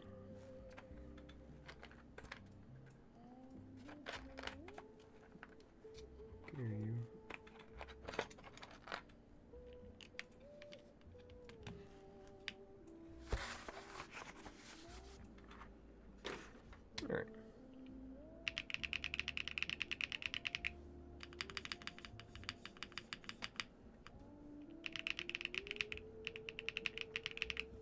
Those do not sound good. Let's try it. Oh, first of all, let's pull out the keycaps.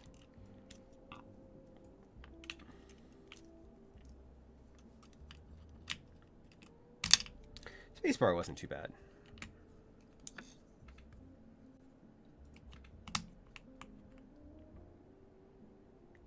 Come on. There we go.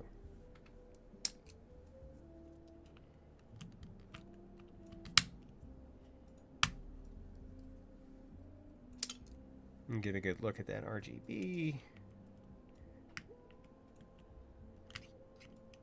Come on.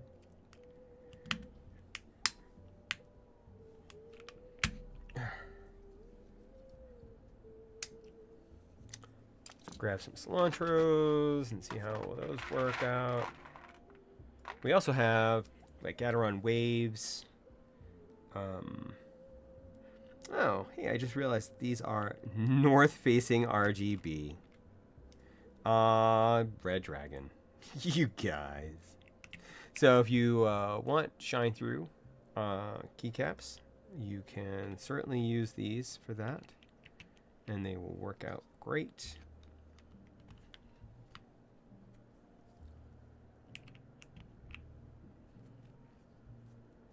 So these are cilantro switches with GMK Metropolis.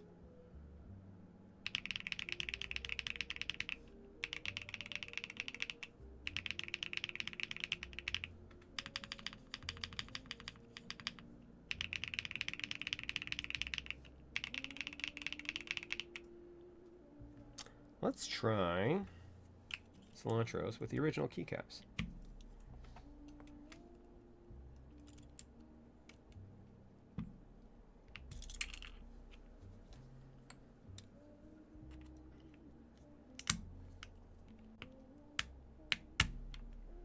Hey, our graphic finished.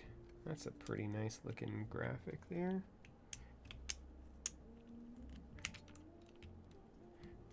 Come on.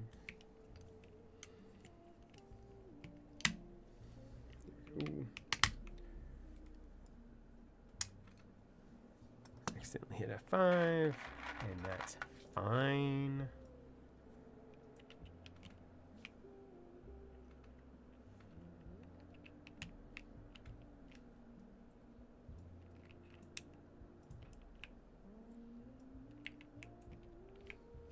So here you go. These are the original switches with the original keycaps,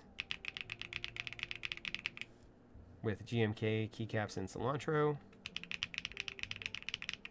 and cilantro with the original keycaps.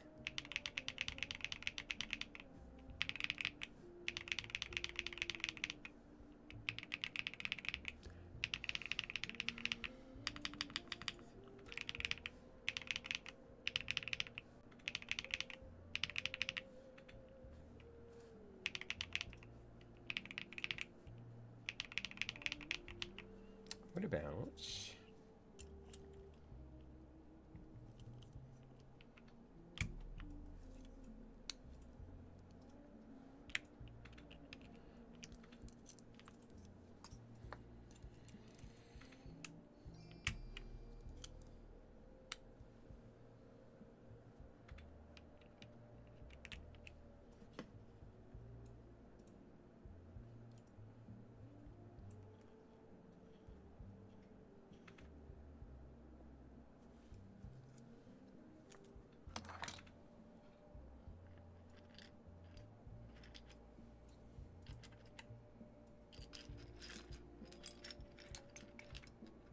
that'll do.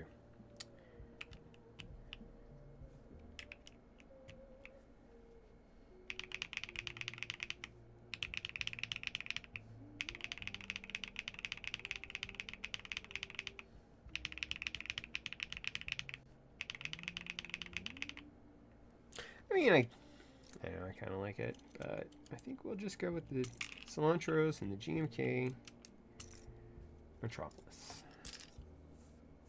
Okay, so we have our graphic. Now we're going to pull off our keycaps. Oh, while we're here, let's take a look at the internals. So I can see here that they use Phillips head screws.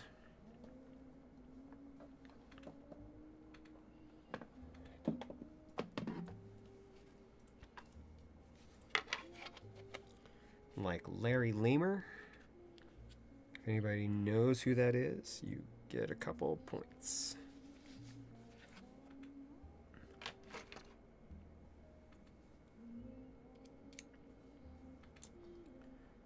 Feet are all... No. No. Adhesive feet. Oh, you honks.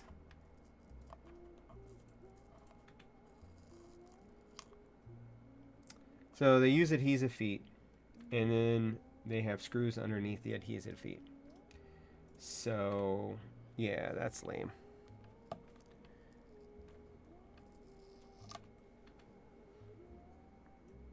I'm going to do it anyway.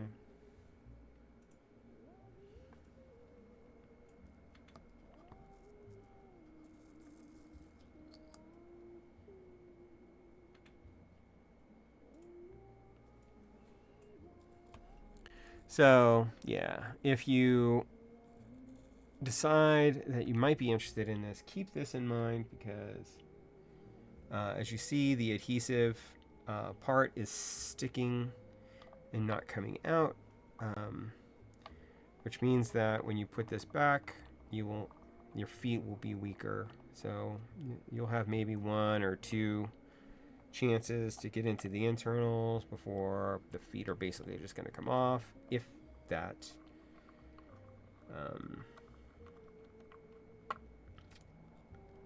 So crap on them for making this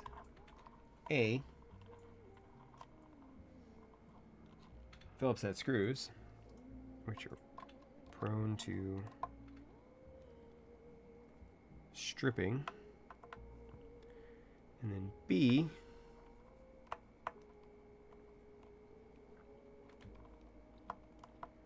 putting those Phillips head screws under adhesive feet. Come on.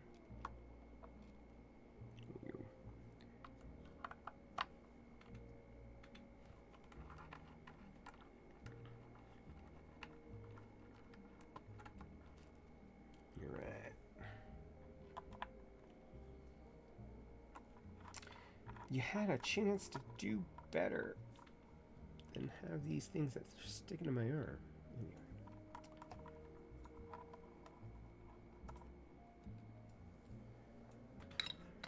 Okay. Removed all the screws. We're going to need to remove this as well. This should be easier.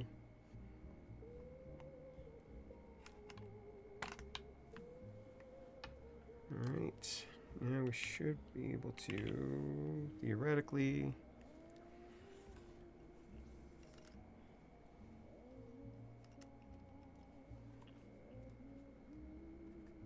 or not.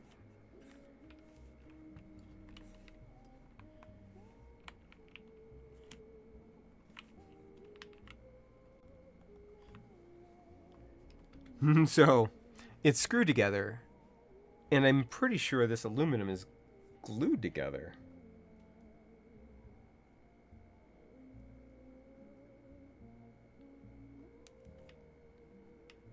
Because it uses a gasket. Okay then. I guess we're not getting into it. I just ruined the feet for nothing. So keep that in mind. If you want to mod this, you are going to have a Jilly G Willikers heck of a time doing so.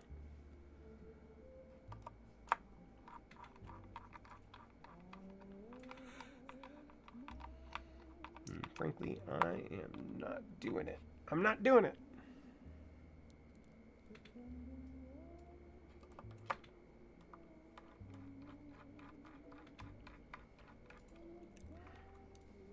Which, of course, makes it doubly careful when you're changing out your keycaps and switches. Do your switches 1 row at a time, because it is gasket mounted, and I believe, and we will find out once we get into it, that they are plate gasket mounted, which means that if you don't do it 1 row at a time, then you risk the PCB dropping down if it's not connected. And once it does that, it's going to... Oh, let's put our stupid feet back on. This one's this one.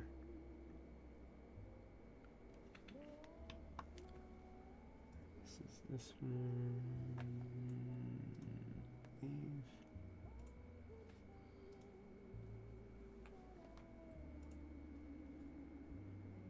Yeah, because this is this one.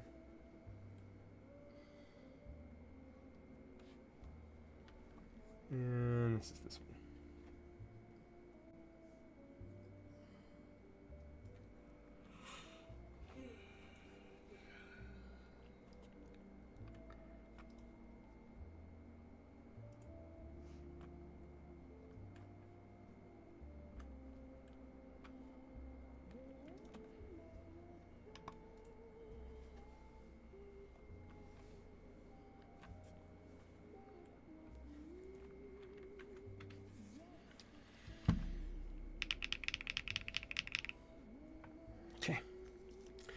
So, that being said, let's get back to pulling off the keycaps.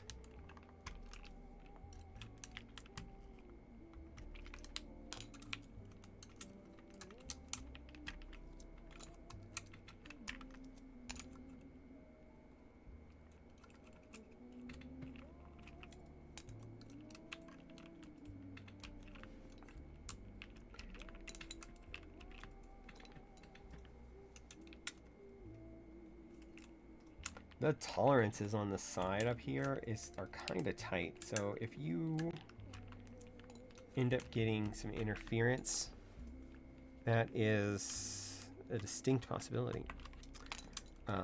Because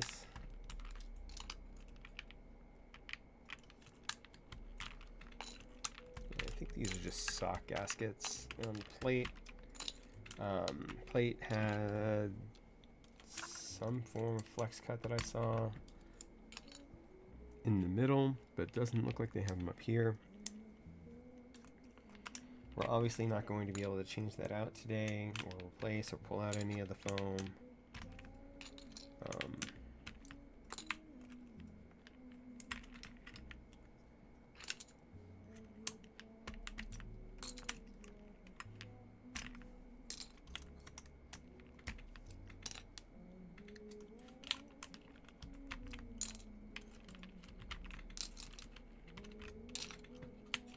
You could probably do 2 rows at a time. Just be careful. You don't want to, like I said, you don't want the PCB to drop down. Because if that happens, then you're going to have a jelly G Willikers heck of a time. Because then you're going to be forced to pry this keyboard open.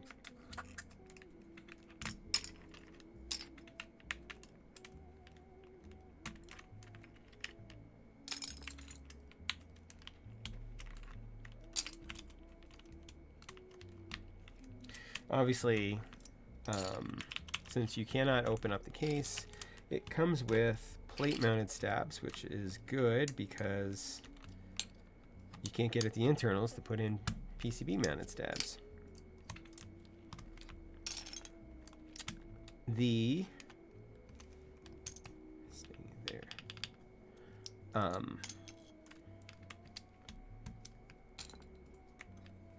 The NEO65 comes with plate-mounted stabs, but I believe you can put in PCB-mounted stabs. Obviously, that thing comes apart. All right, so we're gonna close this.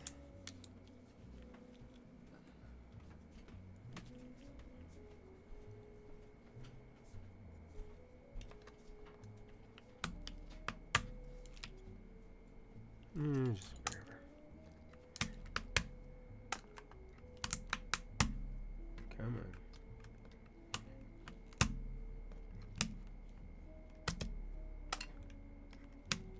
Oh, come on.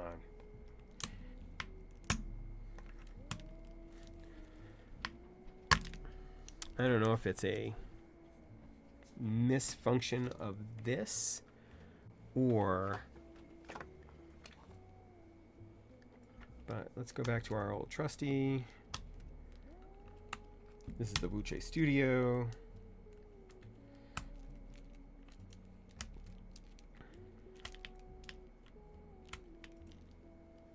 So, yeah, these switches even feel rough. They feel kind of cheap, I guess, is where I'm going with that. Like, you know, there are some times where, like the switches in their Hall Effect keyboards,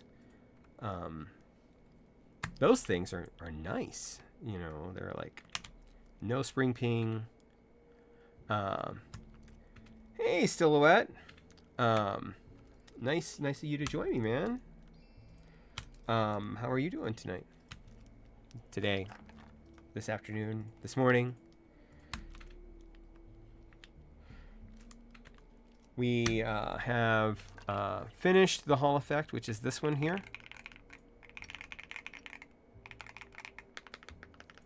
We have Geon Raws in it right now. And then we're taking a look at the Red Dragon Eclipse Pro and rebuilding it with Cilantros and GMK Metropolis.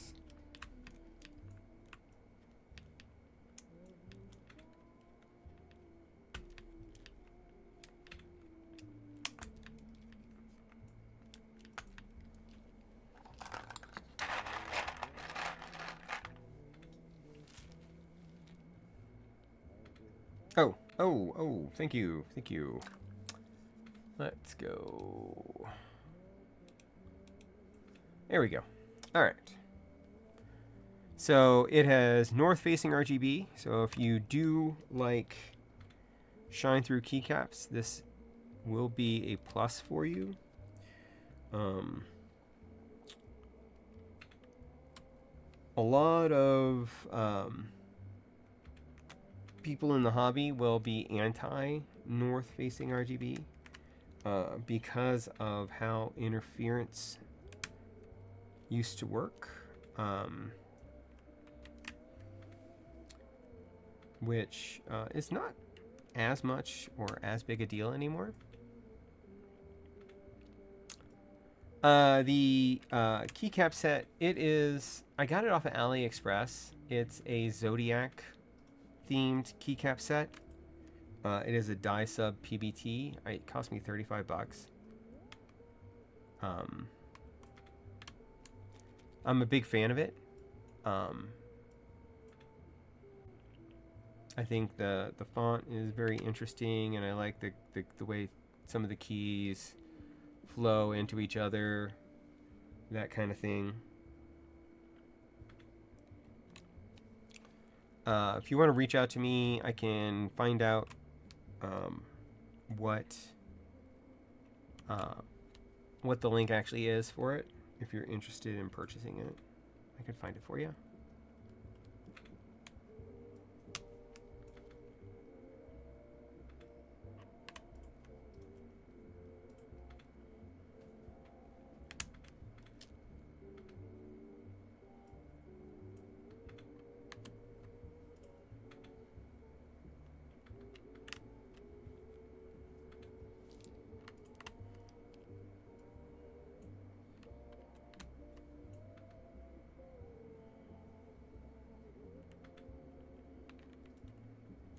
Yeah, it is both its blessing and its curse, because since they can do all these fancy things, they don't do plain sets. Like, you can't just get Wob on die sub. Like, you can, but it's harder to find. Just like one of my favorite keycap profiles is KCA profile, and yeah, you can't find that in any type of standard just colors. It's all theme based, so you have to find a theme that works for you. Like I have another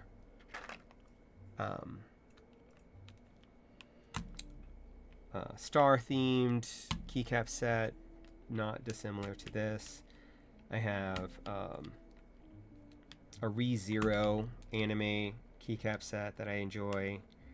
That is light blue. They comes in a light blue for Rem and a pink for Ram.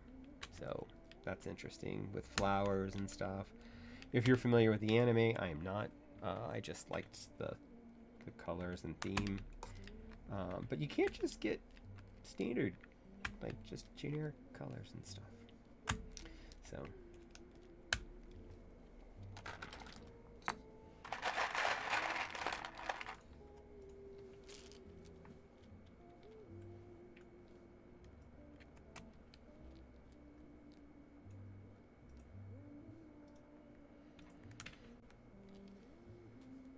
and all the KCAs that I found are all die sub, no double shot.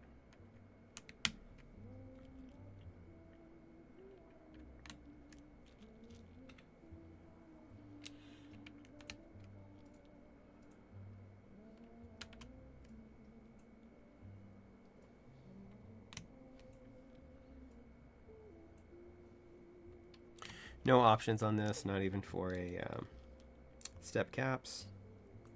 If that matters to you, it matters to me somewhat. Not really too much. Like this set doesn't. KCA is not uniform. It is a. Basically, it's like a cherry height, but more cylindrical, less angular. And that combined with the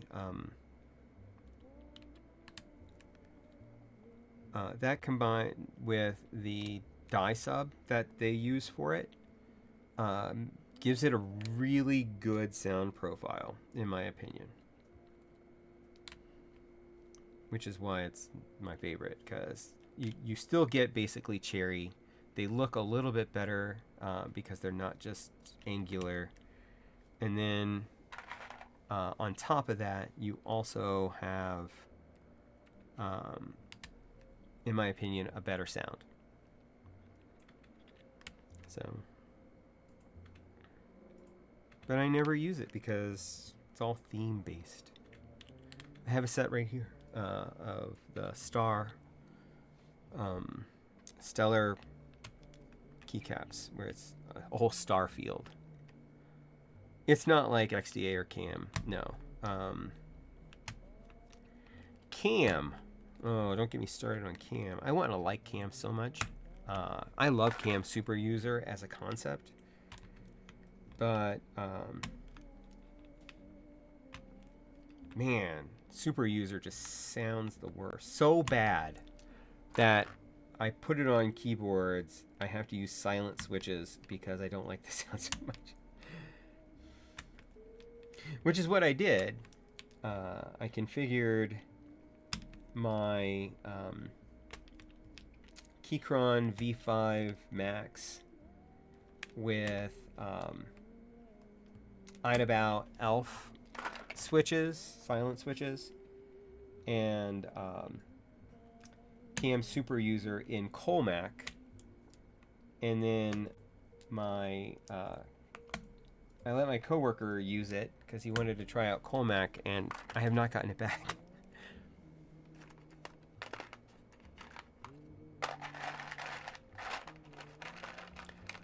I'm like, I'd be willing to sell it to you, but the amount of money that Cam Super User cost me between getting the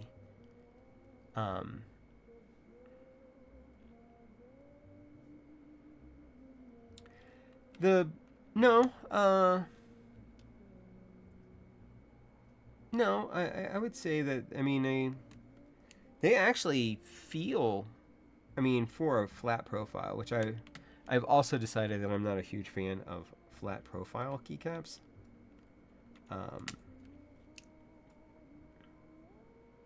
But out of the flat profile keycaps that I have tried, I like it probably second best behind PBS. PBS is my favorite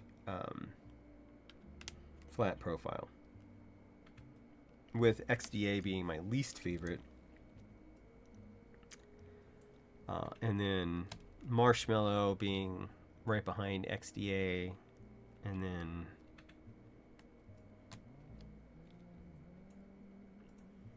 Cam after that. I don't think I've tried any other. Oh, LSA. LSA's alright. I mean, it's just laptop. Low profile.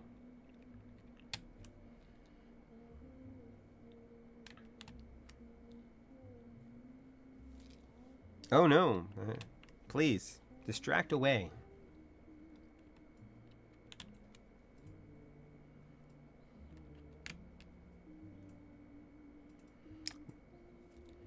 As Kermit and Fozzie have said once, moving right along. Moving right along.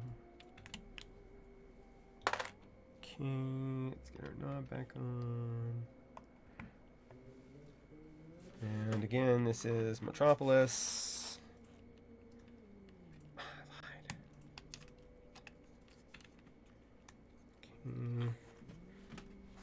think I have better colors for that.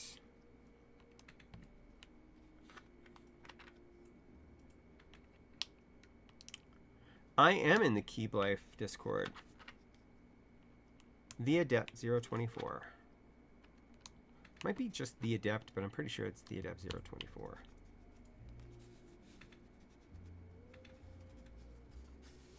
Let's see, what are our options for colors? I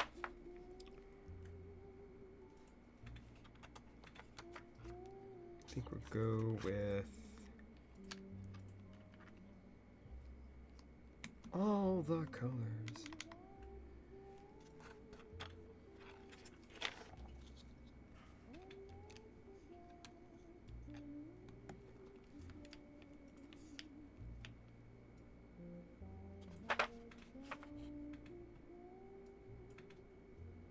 Okay.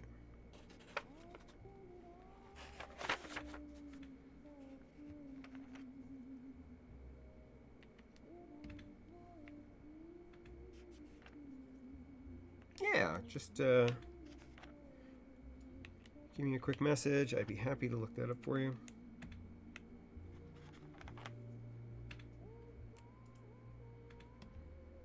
Oh. No, we'll stick with what we got. All right.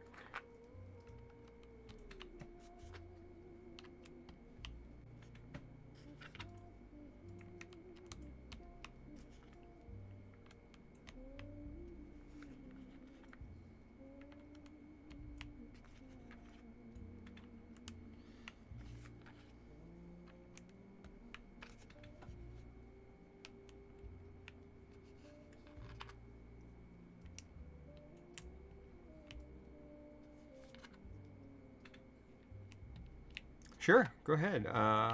Toss me a link. I'll take a look. I'm always interested in taking a look at other keycap sets.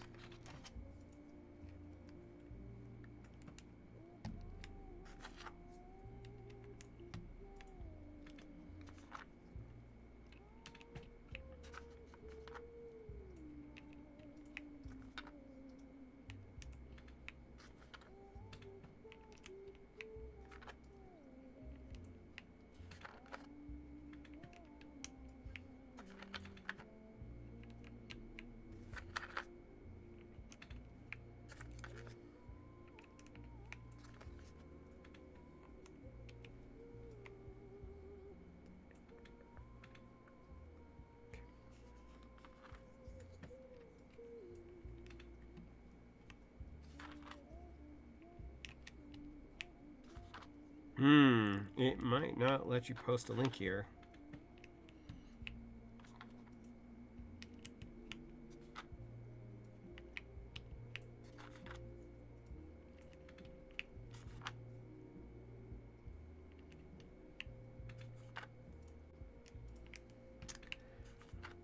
There is that Dark Lights set that I've got on my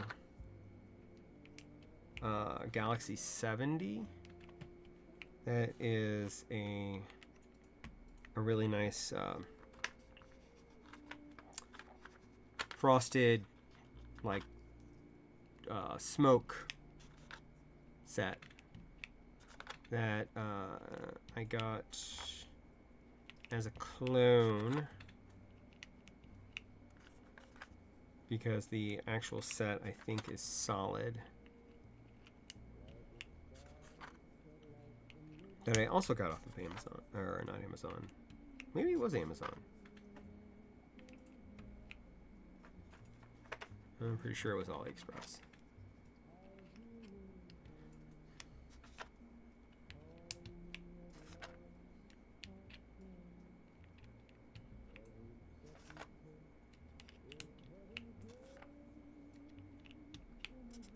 Yeah, this thing has glitter like that QK has glitter, which is, to say, apparently non-existent.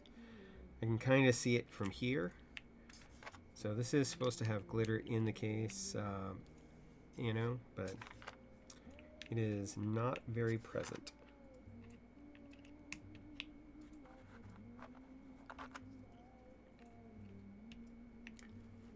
Okay, that's our layer 1 stuff.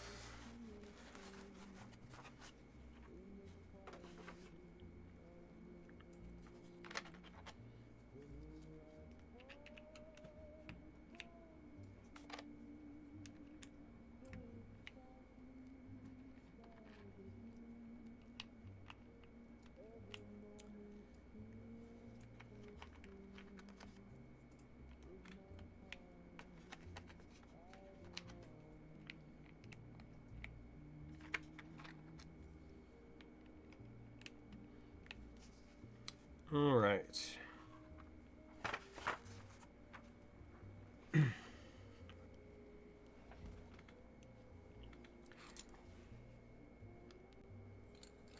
You know, once you add a $120 keycap set to a keyboard, it looks much less like an $80 keyboard.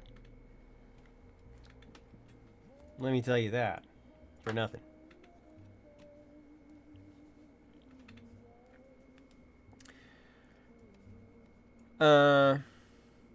Yeah, I really liked Pyga too. I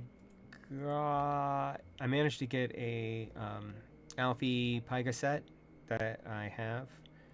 I really wish I can get a numpad for it, but that's Chef Zilb.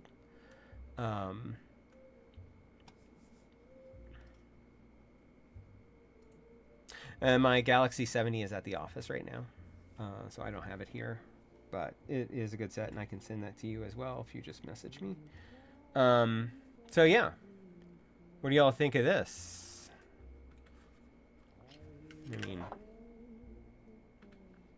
you've got your screen, which I think...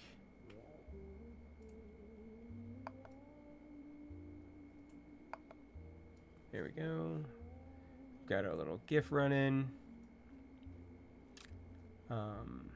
which kind of fits our Metropolis theme.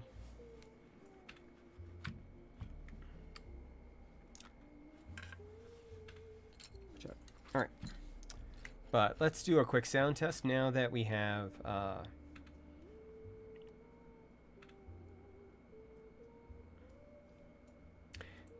yeah, I think it all kind of works, which is good. All right, so this is the Red Dragon Eclipse Pro, which again is on Black Friday sale right now for 20% off of basically 100. Yes, and I can. So Congress was set to reopen the government on Wednesday night after Democrats caved, which is a win for Republicans. But on the other hand, now that the government is reopening, the House is on the verge of forcing a vote to release the Epstein files against President Trump's I can get it to at least cyan. Let's do that. I wish I can get it to do... It doesn't do a gradient, and the gradient would be hard for me to do to get it to go from cyan to red, but we can do a cyan wave, which I'm kind of digging.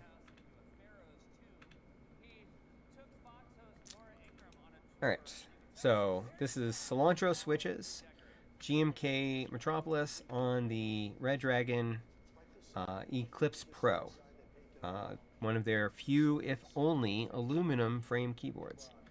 Although it does not say what that entails. The side light, which I will need to see if I can make that red, and then we can do that. I wonder if that would work. Can I change the side glow?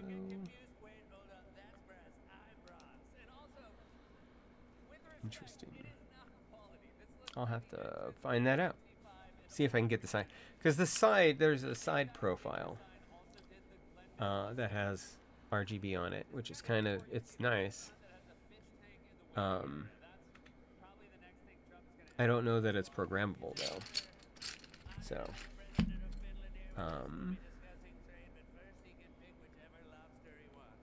and here's the sound test.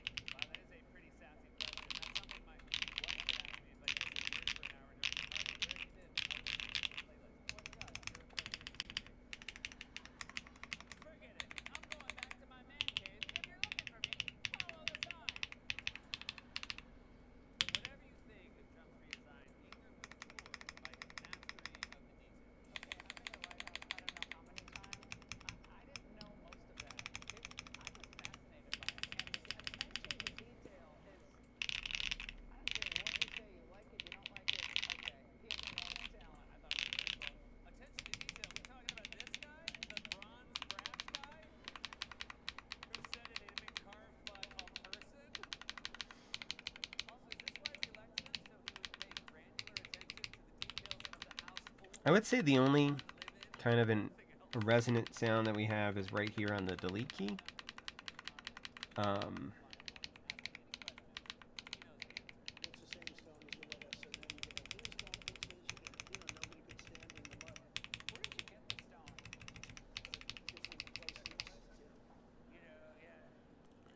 Well, there's the sound is there's plate foam. There's a PET sheet, or sorry, there's plate foam. There's a PE sheet. There's PET. Then there's case foam and a silicone dampener in the bottom. Not to mention the case is glued together. So if this is the resonant sound, there's not really a whole lot that I can do about it. But yeah. Then there is a battery indicator light here that is red. I assume it will turn green at some point. I'm not sure what the M is all about, but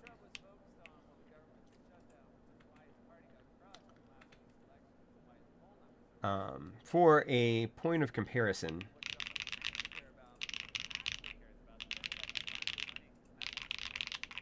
this is GMK ABS with cilantros, but let's go ahead and bring out one of my favorite little boards. This is the Agar. I recently built this also with cilantro switches. Ignore that.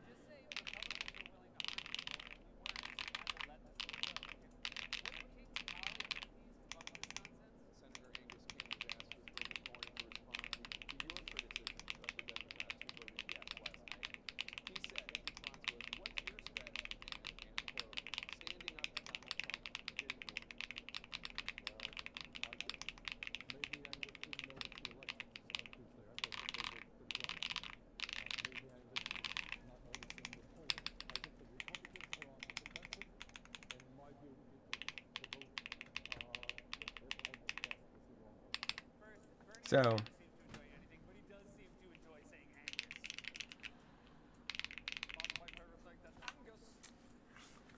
let's move you up onto the shelf.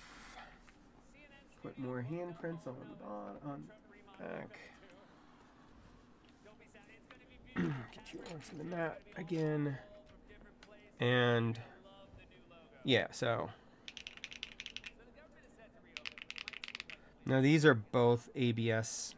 This is Emma, which is KBDFans.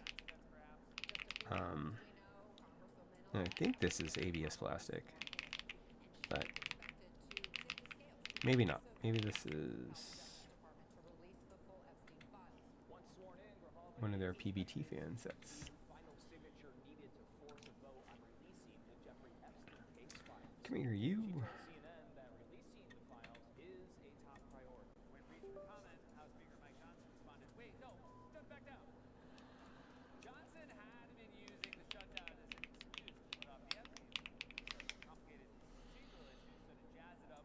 Oh, no, this is PBT, because it's part of PBT fans. So I assume it's made of PBT.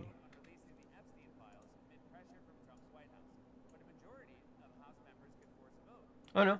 Material, ABS material. So I don't know why PBT fans has ABS keycaps, but that is funny and dumb. So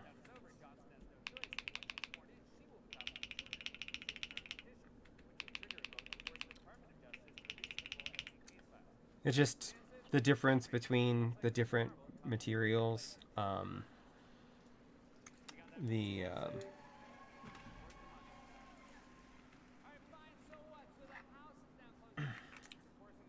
So many fingerprints, but this is the dusk weight.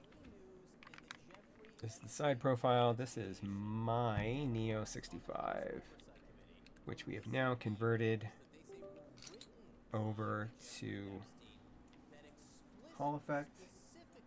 The Hall Effect is wired only, but does feature RGB. We replaced the switches and the keycaps that came with it. You would like the keycaps, actually, the ones that come with the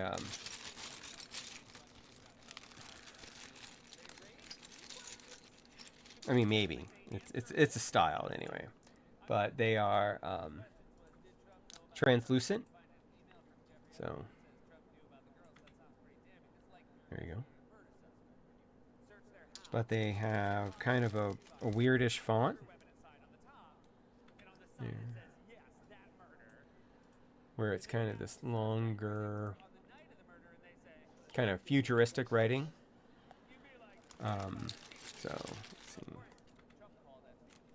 Like, here's the question mark. Come on, give me a letter. I said a letter, not a number. There you go. Here's a B. But translucent. The switches that come with it. And then this is available on the NEO65 Sonic Plus. This is, for disclosure, Red Dragon sent me the Eclipse Pro to take a look at and to use on a YouTube video that I'm working on. Well, actually, that my editor is working on right now. About buying keyboards from Amazon. And so I'm doing an unboxing as well. So they sent me this, but with no real expectation of me giving it a good review. So I didn't really give it a good review. Anyway, however, the drop-in kit for my NEO65 was all me, because I've been waiting for this forever. And then the new Nova switches by Owl Labs is also a translucent color, kind of a shadow with a light spreader.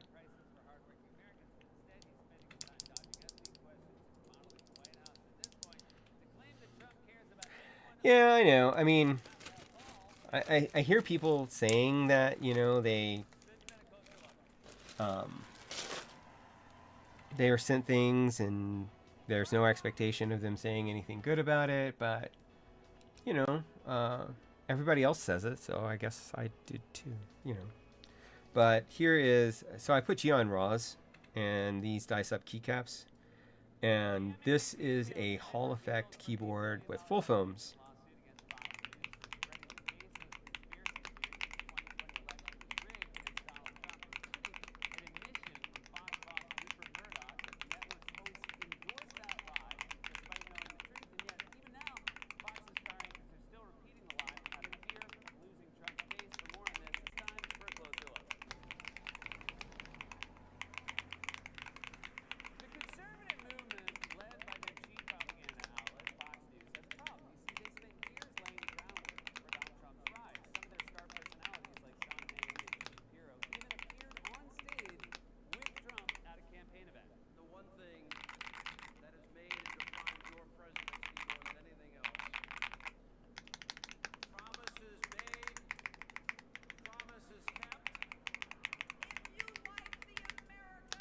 Yes, the Hall Effect switches are linear. The cilantro switches that are in here are tactile. They are the Akko HMX collab switches called cilantro, which I don't really enjoy most tactiles. Like I have KO1s, HMX KO1s. They are also linear, yes. If the microphone had been on, it would have flipped all the breakers in the arena. If you like the America that he is making now. Although the grossest part of that clip is when Trump first invites Hannity up on stage and Hannity uses one of They the are insult the reporters covering the rally in the back, then smiles at Trump like a little kiss ass. Sean Hannity, come on up, Sean Hannity. Nope, somehow I drifted off my music. There we go. Anyway. Okay. I'll take your question. What do you got? Bring it.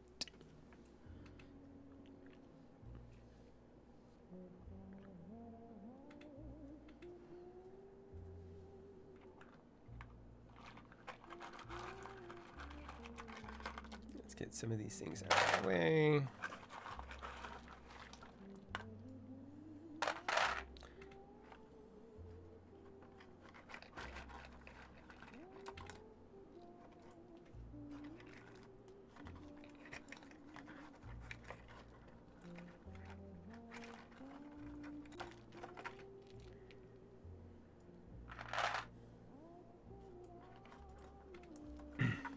I haven't tried too many strong. I mean, like, the cilantro switches have a strong early bump. But that is, that's it. I mean, after they get past that first bump, it's basically kind of almost like a linear. But a lot of the other switches I've tried are in some way similar, like the KO ones. They're trying to be browns, which is great if because people like browns, but I don't like browns. I think it makes it feel. Come here, you. I think brown switches feel like they have like a bunch of wobble, so I don't like them. I really wanted to like the KO ones because I like HMX switches. I hear the fireworks switches are like cilantros but better. I have typed on U4Ts before. But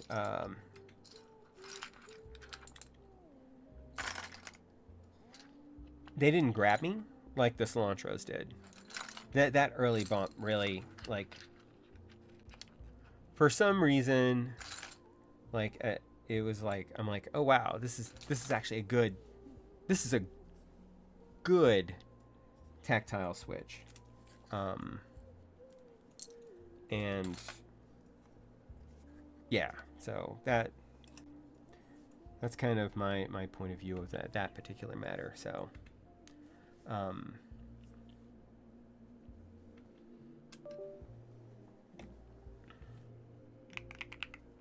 because I tend to like linear switches. I like the smooth.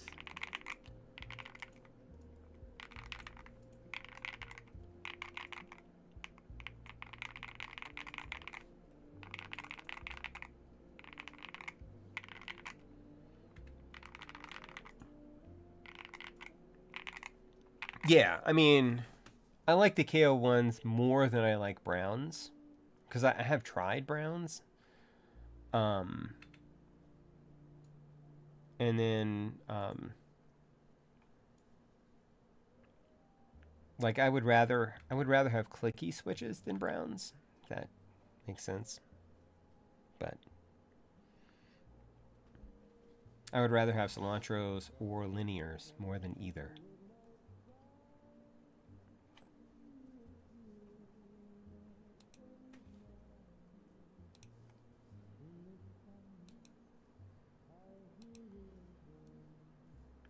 Ooh, I have a fun project that I'm working on.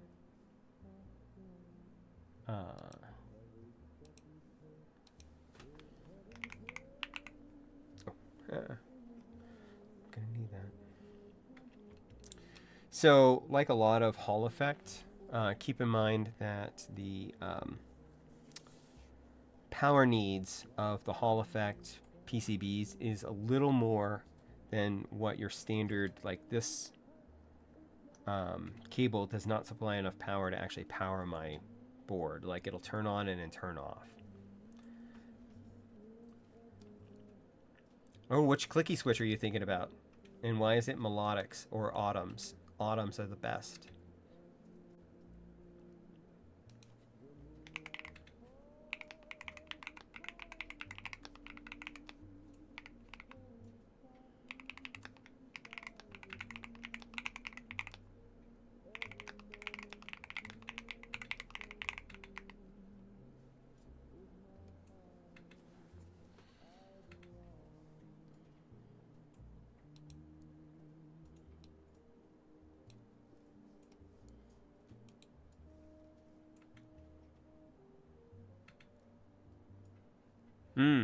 What are you after? See, I like autumns because they are like a deep, deep click.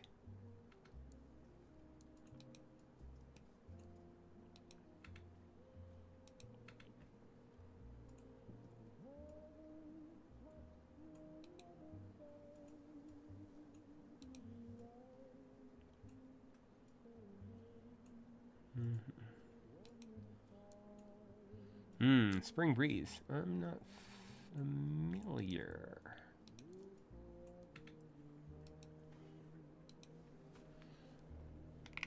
Probably because they're Otimu, which I'm not as big a fan of generally.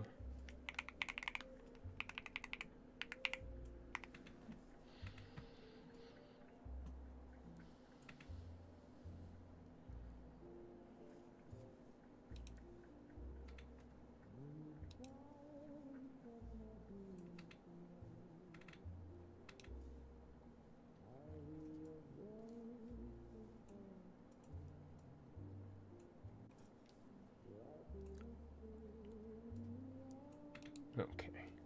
Oh, those look interesting. Let's see. Is there a teardown?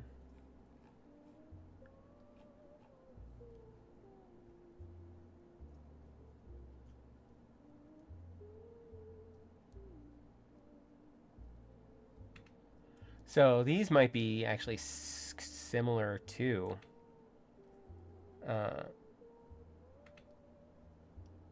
okay, and it uses a click jacket, you say. Huh.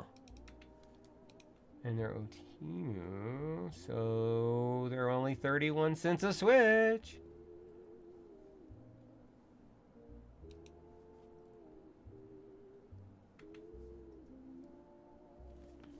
Interesting.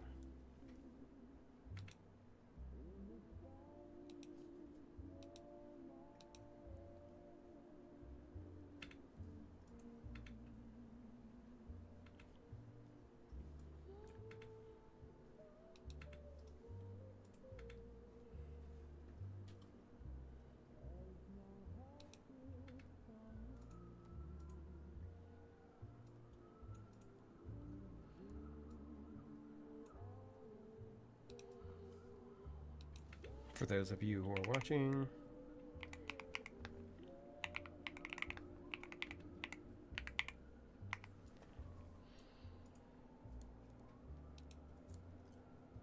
this is what Stiloette's talking about. It's a 3-pin. You don't see those too much anymore, I guess.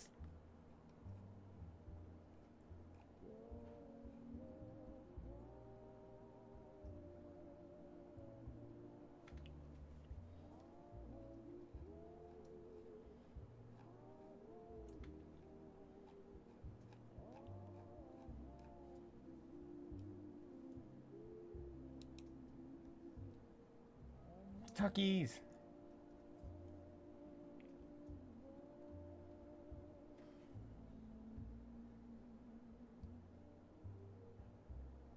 Maple Leaf, huh? Which ones were Maple Leaf? Maybe she's more with it. Maybe it's Maple Leaf.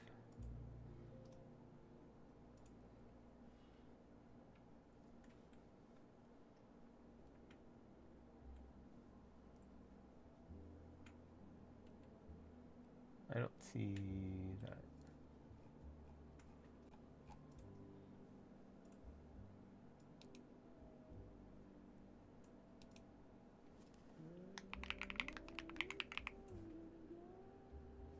Maple Leaf.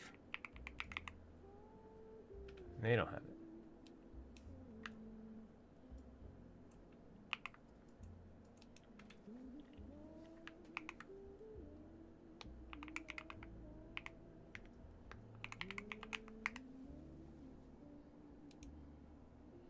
They do have it. Okay. Ooh, those are heavy. Those are not mine.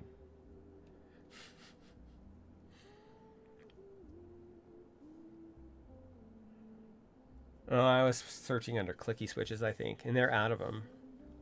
But yeah, those are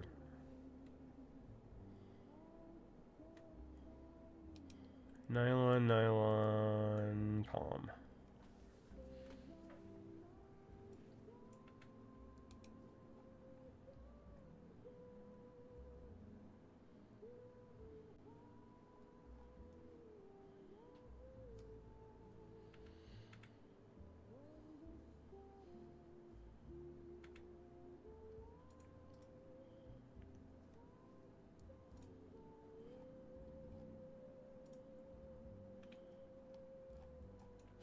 Interesting. Also 3-pin.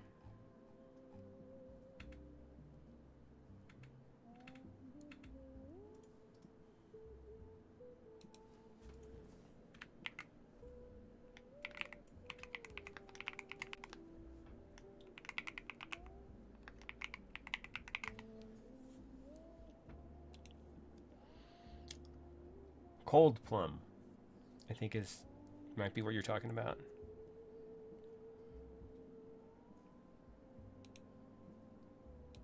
Yeah, I'm guessing, well,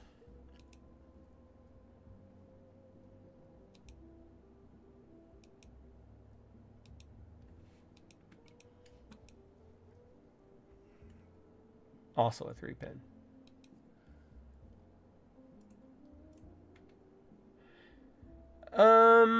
Maybe.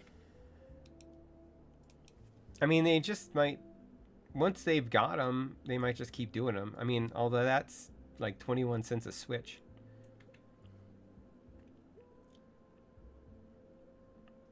But,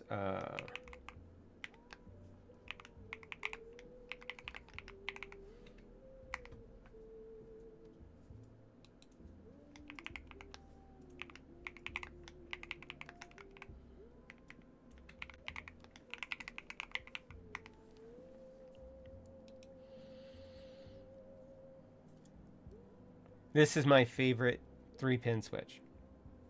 Hands down, right here.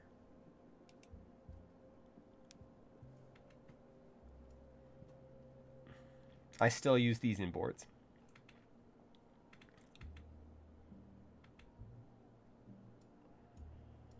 It is the only TTC switch that I'll use in a board too.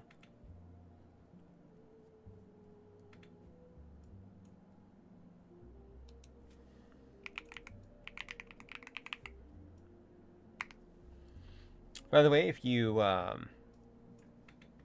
interested in purchasing switches from like Unikeys and stuff, please go look at that Beacons link that just posted and use my affiliate link. It gives me a kickback. Yes, you do not require 5-pin to work in a hot swap board. The extra 2 pins are merely guide pins. They add stability, but aren't technically necessary.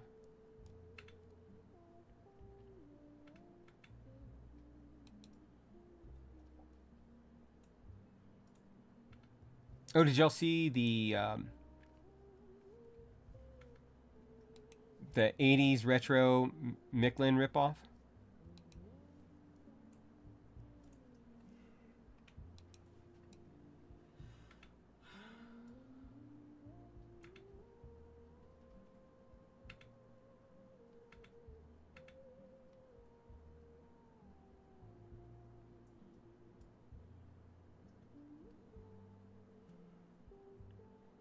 Isn't that fun? I mean, I'm not big on the Dia della Morta motif, so it's not really for me. But, you know, if you're on a budget and you want colorful Day of the Dead keycaps, you can get the glossy for $50.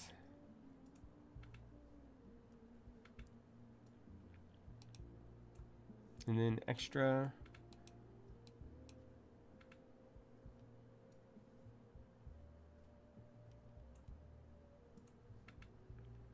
I would have to get the extras as well because I don't want the spacebar. If I just wanted to get like a colorful keycap set, because I could live with the novel, the modifiers having the little extra characters on it. I mean, I'm not the biggest fan of having crosses on my keyboard, but I get it. It's a thing. But, I mean, if you want the real goods, it's right here. I low-key want this so much. Manic Geek, you're rating me. Yay! Thanks, man. How are y'all? How was your stream?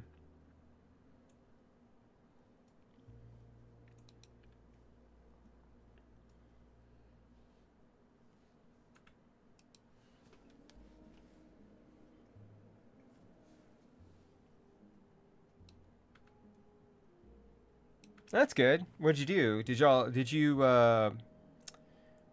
build something? Ooh, I have something neat to show you.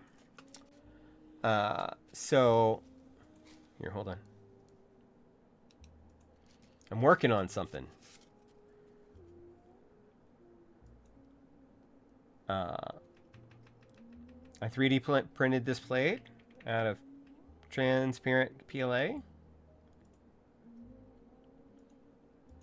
And yeah, so right. Oh wait. Oh, let me grab the case. So nice. Hold on. I don't know that I'm gonna weld the plate together.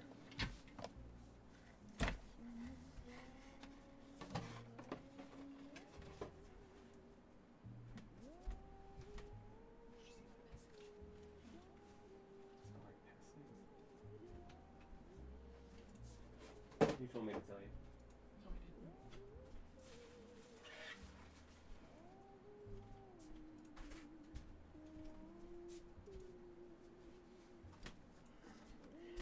So this I did weld together already.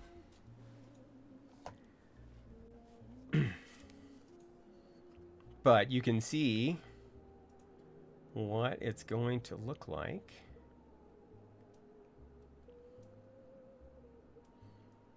So it's a 40% with an exploded split spacebar, arrow cluster, numpad. And yeah, I think the case came out pretty well. I'd like to be able to print it in as a one piece, but even my biggest printer, if it were working, which it isn't, would not be able to print the case in one piece. If I can get the printer to work, I can print the plate in one piece though, because it's like just a hair out. Right? And it's going to run ZMK, so it's going to have wireless Bluetooth.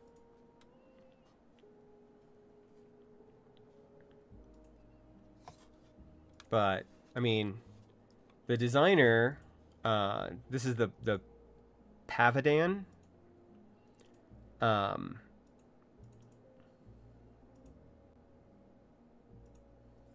It's did such a great job on like the design of the case. Like, I mean, this legit has some good angles to it. I'm waiting for the feet. They should be here soonish. It is a tray mount. I'll have to deal with that emotionally someday, but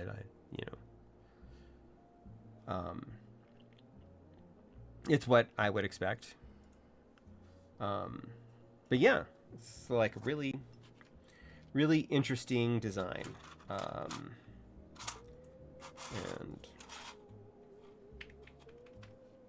no, other way. Oh, that was right. This goes here. Oh, that's right. Okay. So yeah, so kind of an idea. There's your plate. Okay, cool. Well, it's great seeing you. Thanks for the raid. I appreciate it. I hope everybody is having a wonderful Sunday. I'm going to set this somewhere carefully. Okay, you will go there. All right. Anyway, so yes.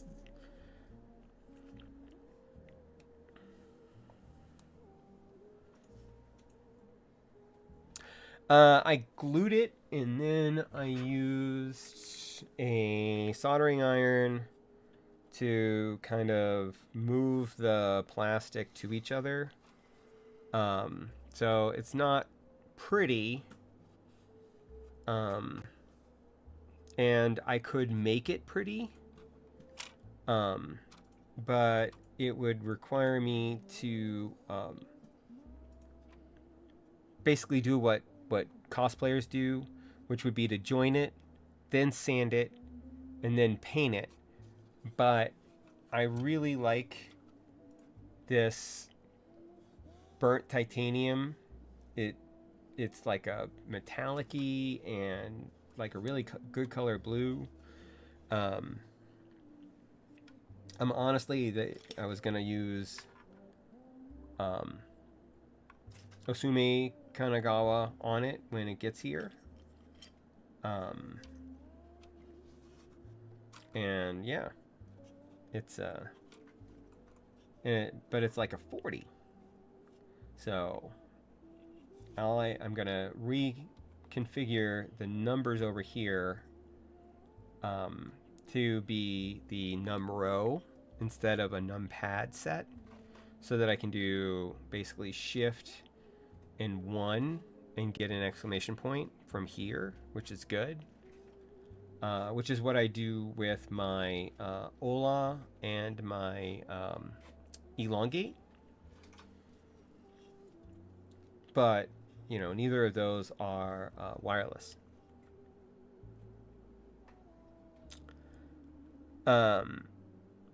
So, Sad Witch, I sent her a refurbished computer that I had, and she is soldering up the PCB for me and is pretty much done with that. It's apparently the module, like the central module piece, I forget the word for it, is being a little tricky. But she is gonna do that, and then she's gonna send it to me, and so I'll just have a working PCB, and then I am going to talk to Pete and see if I can get him to help me get a working firmware for it, and see what I need to do in order to get that done. I already have a fork in my GitHub for ZMK, so I would just need to pull the firmware in and then code it out somehow, because I don't know how to code anything. But yeah, so I could do it, but I suck. I have been working on my other project, which is this guy, for a while, and yeah, it's not going well. I need to do more on that.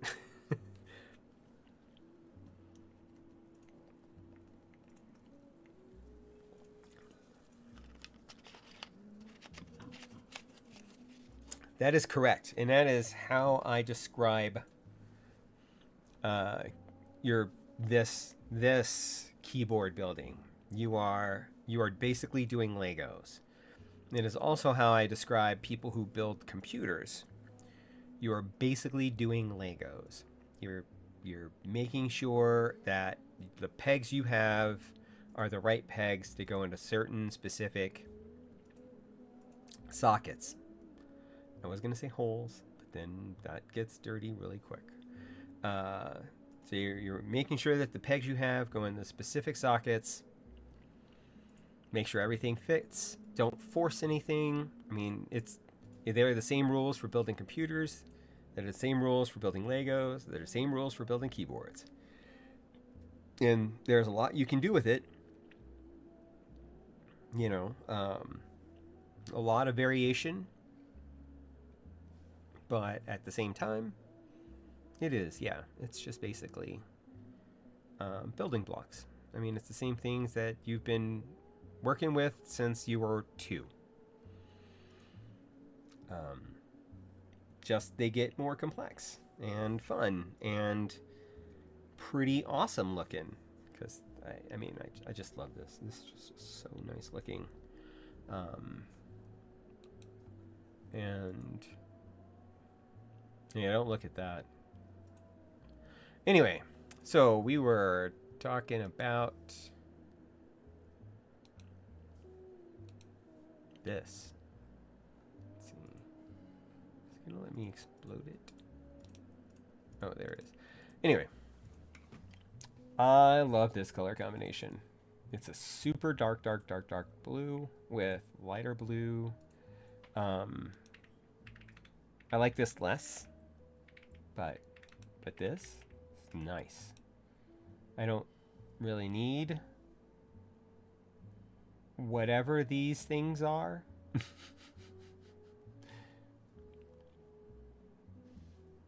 Except for these.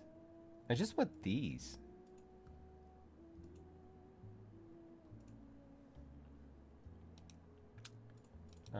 And then numpad. So yeah, as a matter of fact, I have them both added to my cart right now, but I'm not going to spend that money. I just look at it and want it.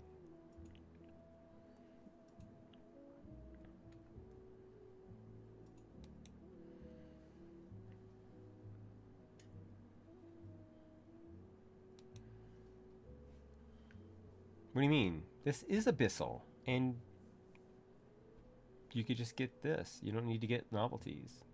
It's just cool. Let's see, what do we got in keycaps here? Anything good? See, I could kind of go for this sort of.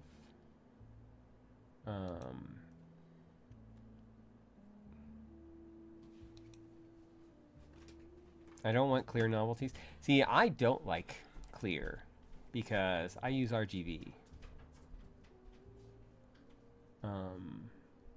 Ohm is alright, but Loki is better.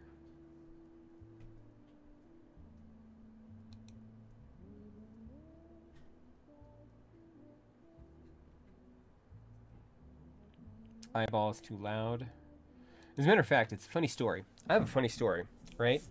So this is kind of a bright fuchsia and purple. Back in the day, like way back, we're talking the 90s, you know, before you were born. And I ran what was called a bulletin board system, which, you know, before really the internet was, like, the World Wide Web was really popular.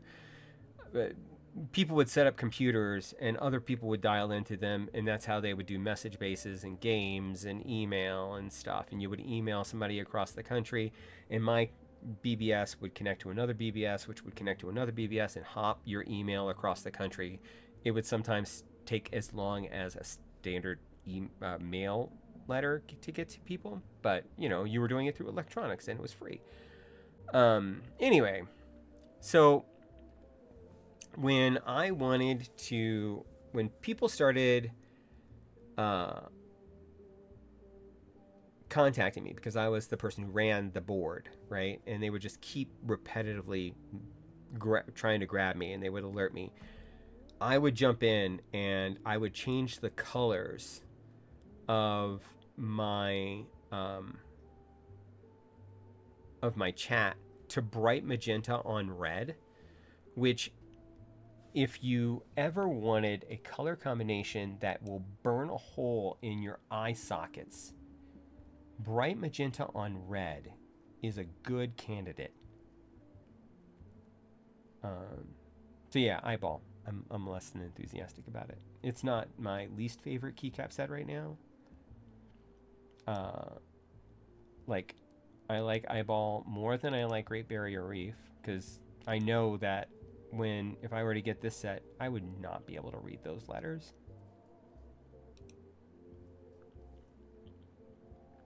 Is there any keycap sets that you're like, oh, what was the one that you were talking about? Why don't you message me in Discord with that link? I want to see what it looks like, what you're looking at. Unless it's one of the ones you just mentioned, in which case I'm really sorry. Are you Silhouette in Keep Life?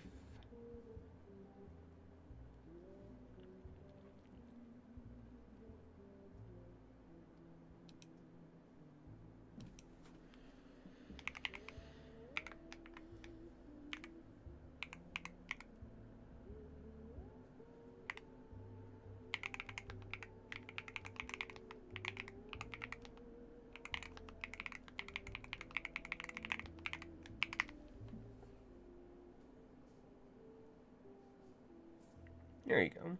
There you go. Send me that link. I want to look at it.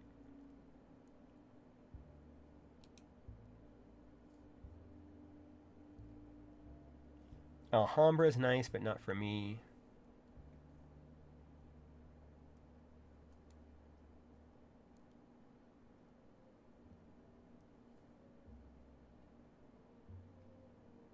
Motosu Lake is like that other one, but better.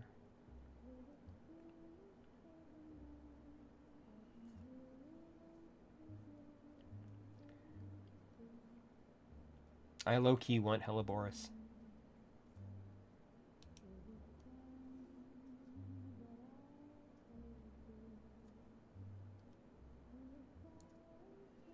I'm just not a pink fan. Which is alright. Not everybody has to be.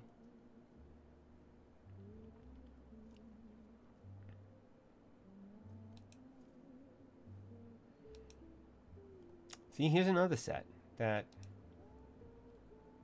I would not get this set because I can't read that. That should be black or something. Like the other Yeetie, like the actual GMK Yeetie, is black.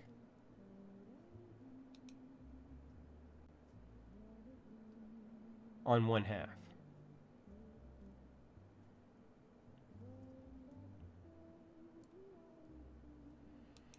I mean, it looks cool. I think it's semi-translucent set.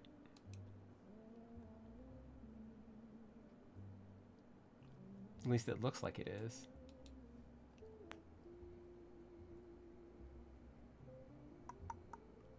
It is PC, which kind of lends into that.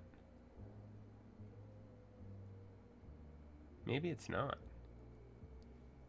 That is interesting.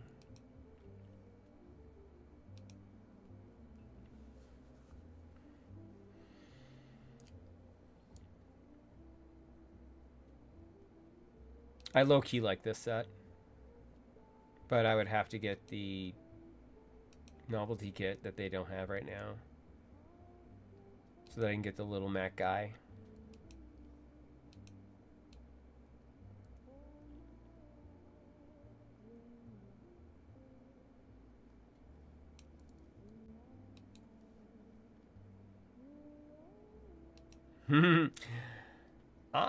I like the occasional gradient colors. Like right now, I have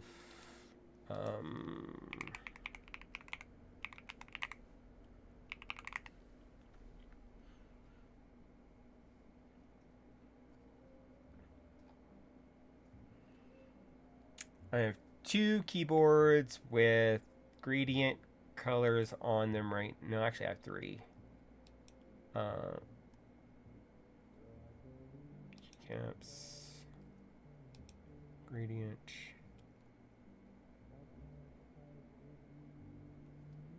Although now that I know Purple Haze exists, that's kind of. This is the one. So I have After Party.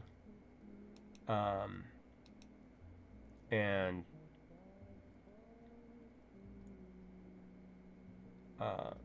It's really a nice set. You know, beyond the fact that you are also apparently supporting trans rights, because I mean that's the trans color flag color. And the other one I have is Space Dust, which is a similarly colored set, which is funny.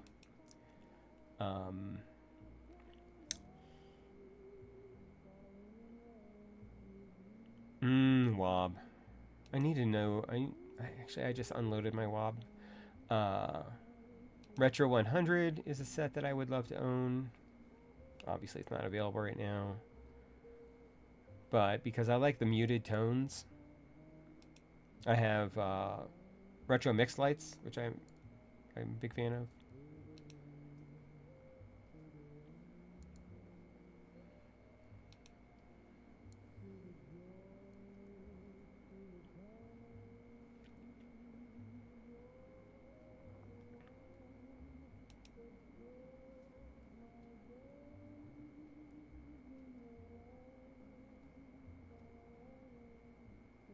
Retro Mixed Lights.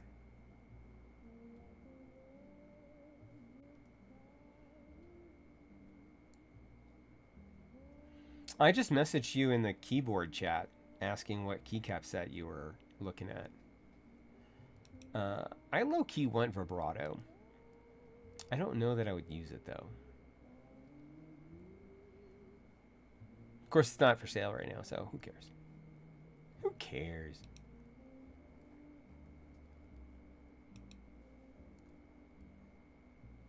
I do not want Machinist.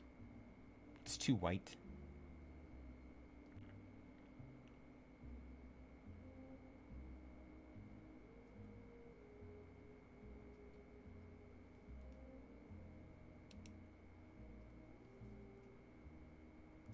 The links here are not coming up.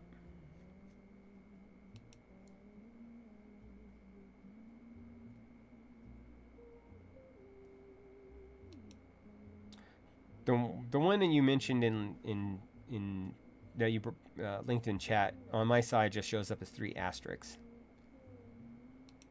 so I can't see it. I have Game 1989. That's a good set.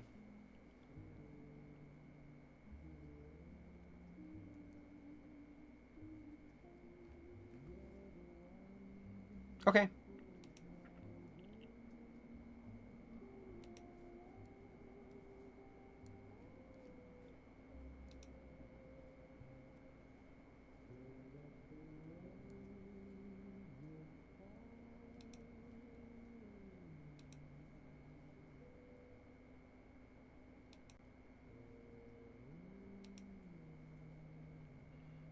It's a Lily Lab set. Failed Utopia would be upset. Oh, yeah, I can't read that at all.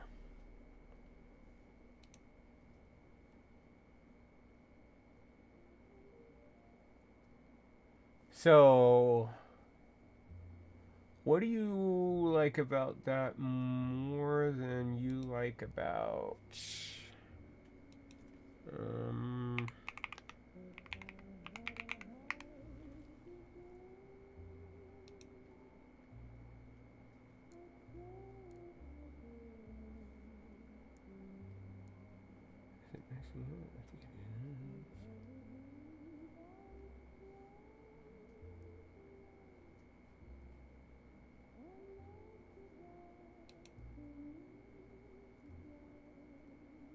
Hold on, I got a set to show you.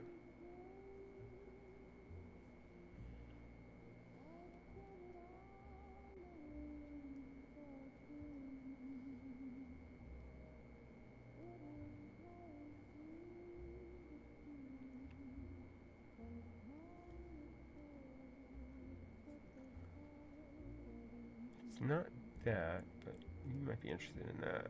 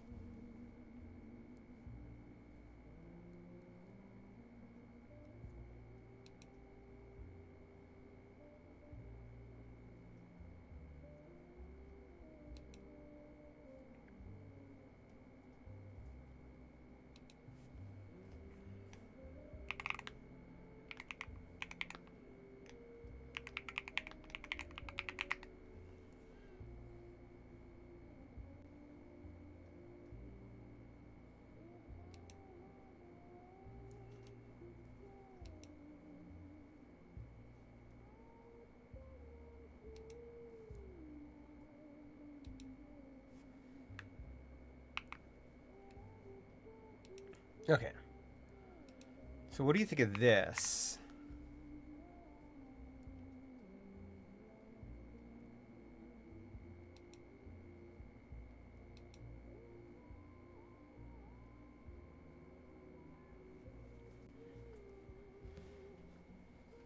Which is the semi-translucent white on white.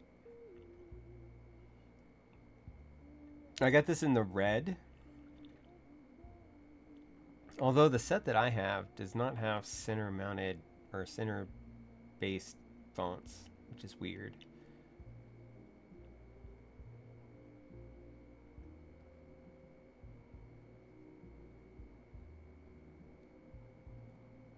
Oh, they would be upset because they have the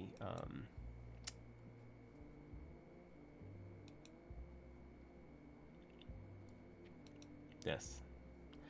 They bought this keyboard, and this thing was basically a poop show. So they had it in the purple. So the side lights didn't work. It uses a Molex Quick Connect that came broken. It has like a switch, and the keyboard does not work at all unless you turn on the switch.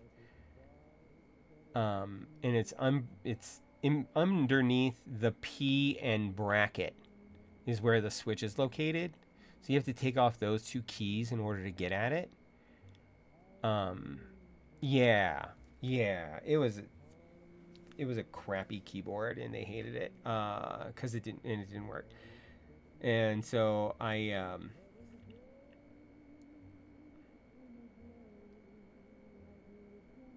no, they tried to get and I helped them get replacement parts, like a replacement battery, because the not only is the battery does the battery use a Molex Quick Connect, but Molex Quick Connects directly into the wires that lead to the battery.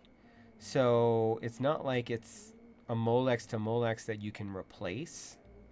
It's if that Molex Quick Connect goes, basically you're hosed on the battery, which is required in order to operate the keyboard. It routes the USB through the battery. So if the battery is not present, the keyboard will not power on. Yeah. So, but basically, they were gonna write it off and just be like, hey, this sucks, and I hate losing this money, but so I'm like, hey, give it to me, and I'll see what I can do. So because they got the lilac, and so the underglow, the side underglows, which are basically electroluminescent filaments, I replaced those with purple because it's lilac, and then we were able to get a replacement battery sent out with a working Molex Quick Connect, but I mean, they still have to deal with the switch, but they can deal with the switch, and so it all works now, and so it ended up being like they're able to have it and use it, and it's all right, but it did not. They were not happy with the experience. Let's just say that they were less than enthusiastic about what happened there. Did I lose my? I did. Oh, I buried it. Okay, it's still there. All right. Anyway. Yes. So that's why I said fail. Utopia would be upset because it's. But I mean, hey, that has nothing to do with the keycaps.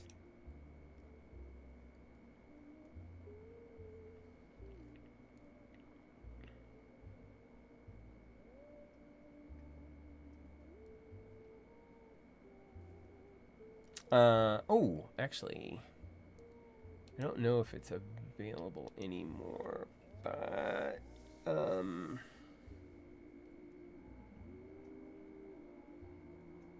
what's her name? They make the Inky 75.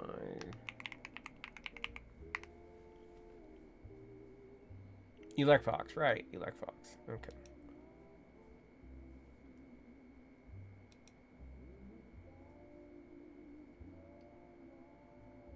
Did you see the Eternity keycap set? This is a really nice set. If I liked translucent keycaps, I would be all about this. They're sold out now, but I think they're going to be running an R2 at some point.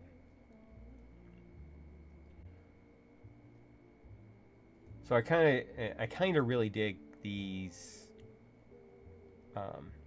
modifiers. I think they look really nice. These novelties are all blurred out because they didn't want people to duplicate them.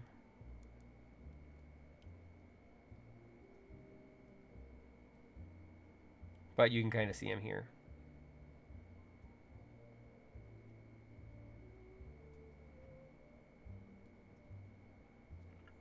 They are mostly transparent. It is smoky on the back. So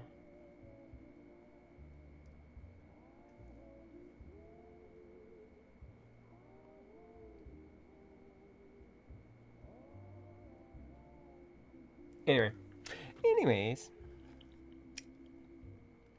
look at me go.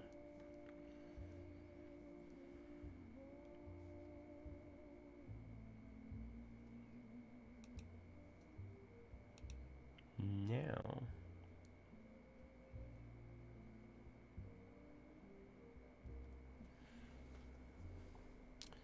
does anybody else think that the Key Geek Y2s look almost exactly like tangerines?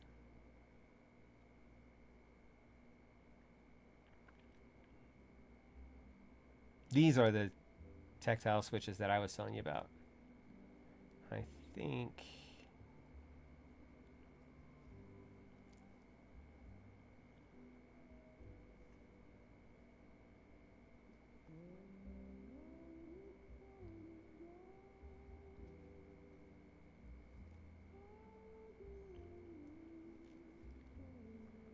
that is the other part of this $109.48.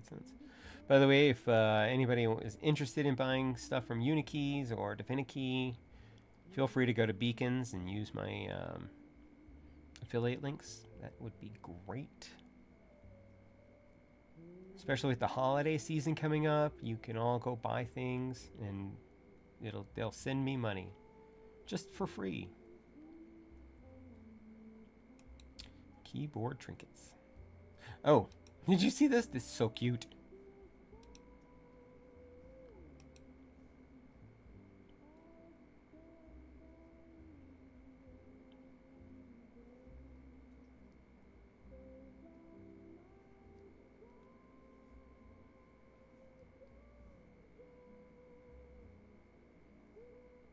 Those 80s retros, people, they're fun, right?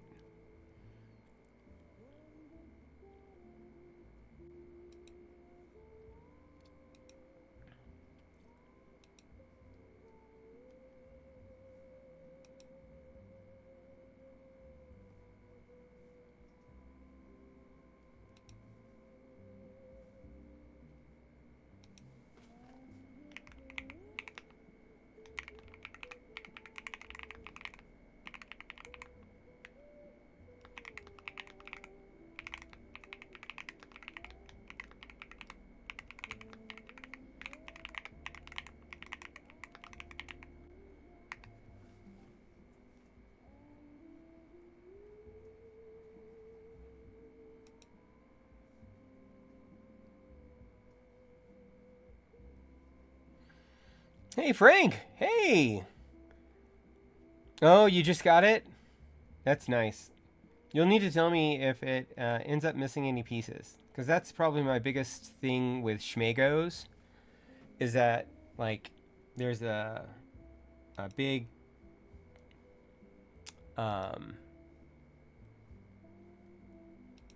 There's a big problem with a lot of Schmegos end up missing like 1 or 2 pieces.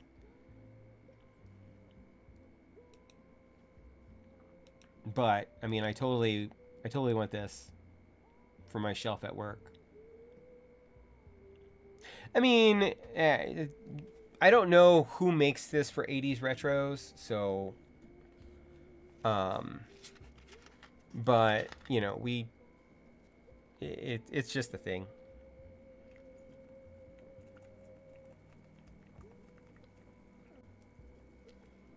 I hydrate in the worst possible way.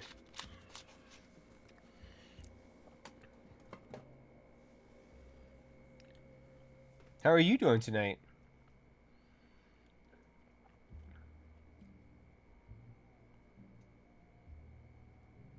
It's manufactured by...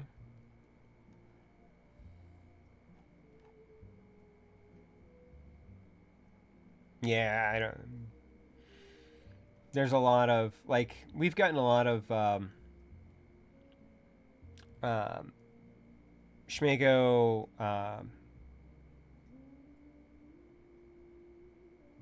things from Amazon. Oh, it is called Eternity. And it is made by Electvox. It is currently out of stock, but I think that Brian said that there was going to be an R2 at some point.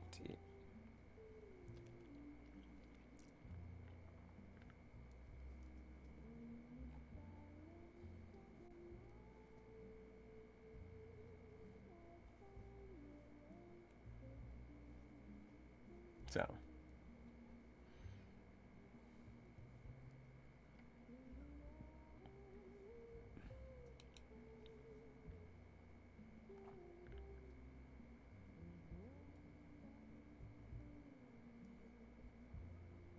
Yeah. Oh, so, hey Frank, I was showing this off earlier, but it's a keyboard I'm working on.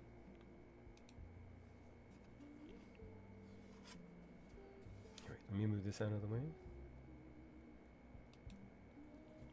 With my 3D printed case, which was printed in 2 parts, hence the seam, but it's a 40%. It's going to have an exploded split spacebar with the arrow cluster. And then I got 2 keys here, and then the numpad, right? And it's going to be, it's going to run ZMK, so it'll be Bluetooth. Yeah. So it'll sit right alongside my Elongate.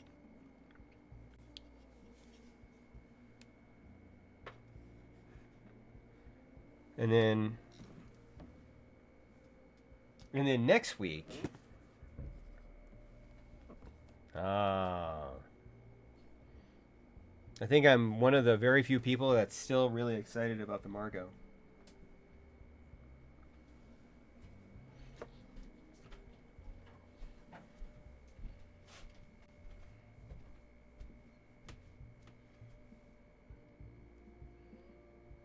Hold on 1 second.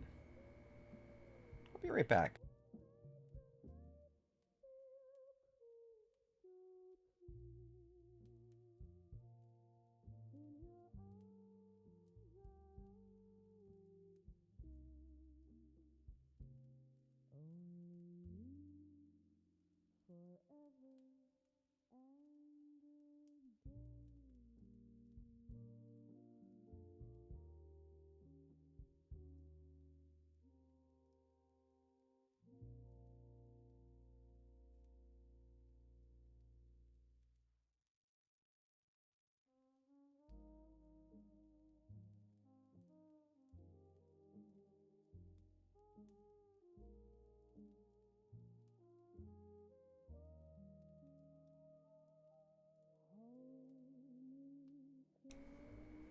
Okay then. All right. Well, that.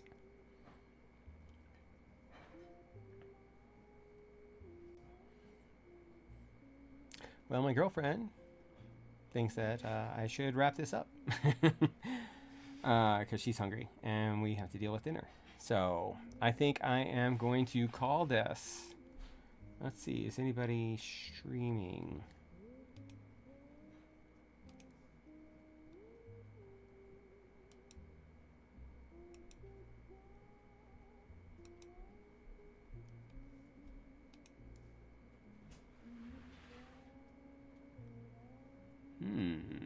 Does anybody know if anybody else is streaming right now?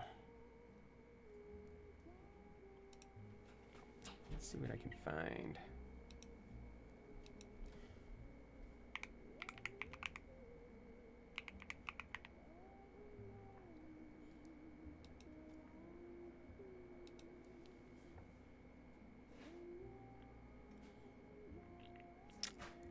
Yeah, I'm not seeing anything either. All right, then I guess I'll just wrap this up. Thanks everybody for showing up. Yeah, it was great seeing y'all. And I will be streaming that Margot next week on Sunday at 3.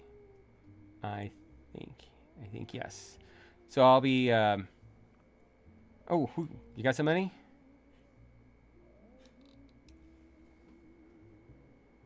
Oh. Hold on, let's do it.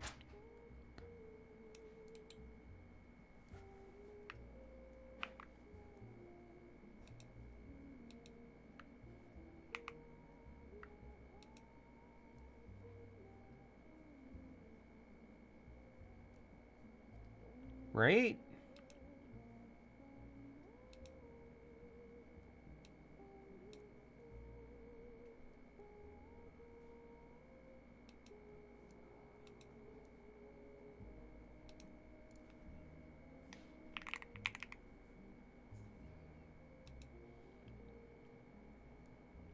Oh, wow. Building the MM Studio class. Topre. Yes. All right. Well, again, thank you everybody for showing up. Next week, Margot. Probably something else as well. And then the week after that, I will be at a keyboard meetup. So there will be no stream then. I appreciate everybody showing up or sticking around or even kind of doing it. I don't know why that didn't show up. Anyway, yeah. And yeah, this guy's great. I'm looking forward to him doing. He's going to do the BP1 soon, by the way, by Baron Studios. Yeah, which I did on a stream, or not on a stream, but on a YouTube video a while ago. Anyway, have a great one, and I will talk to y'all later.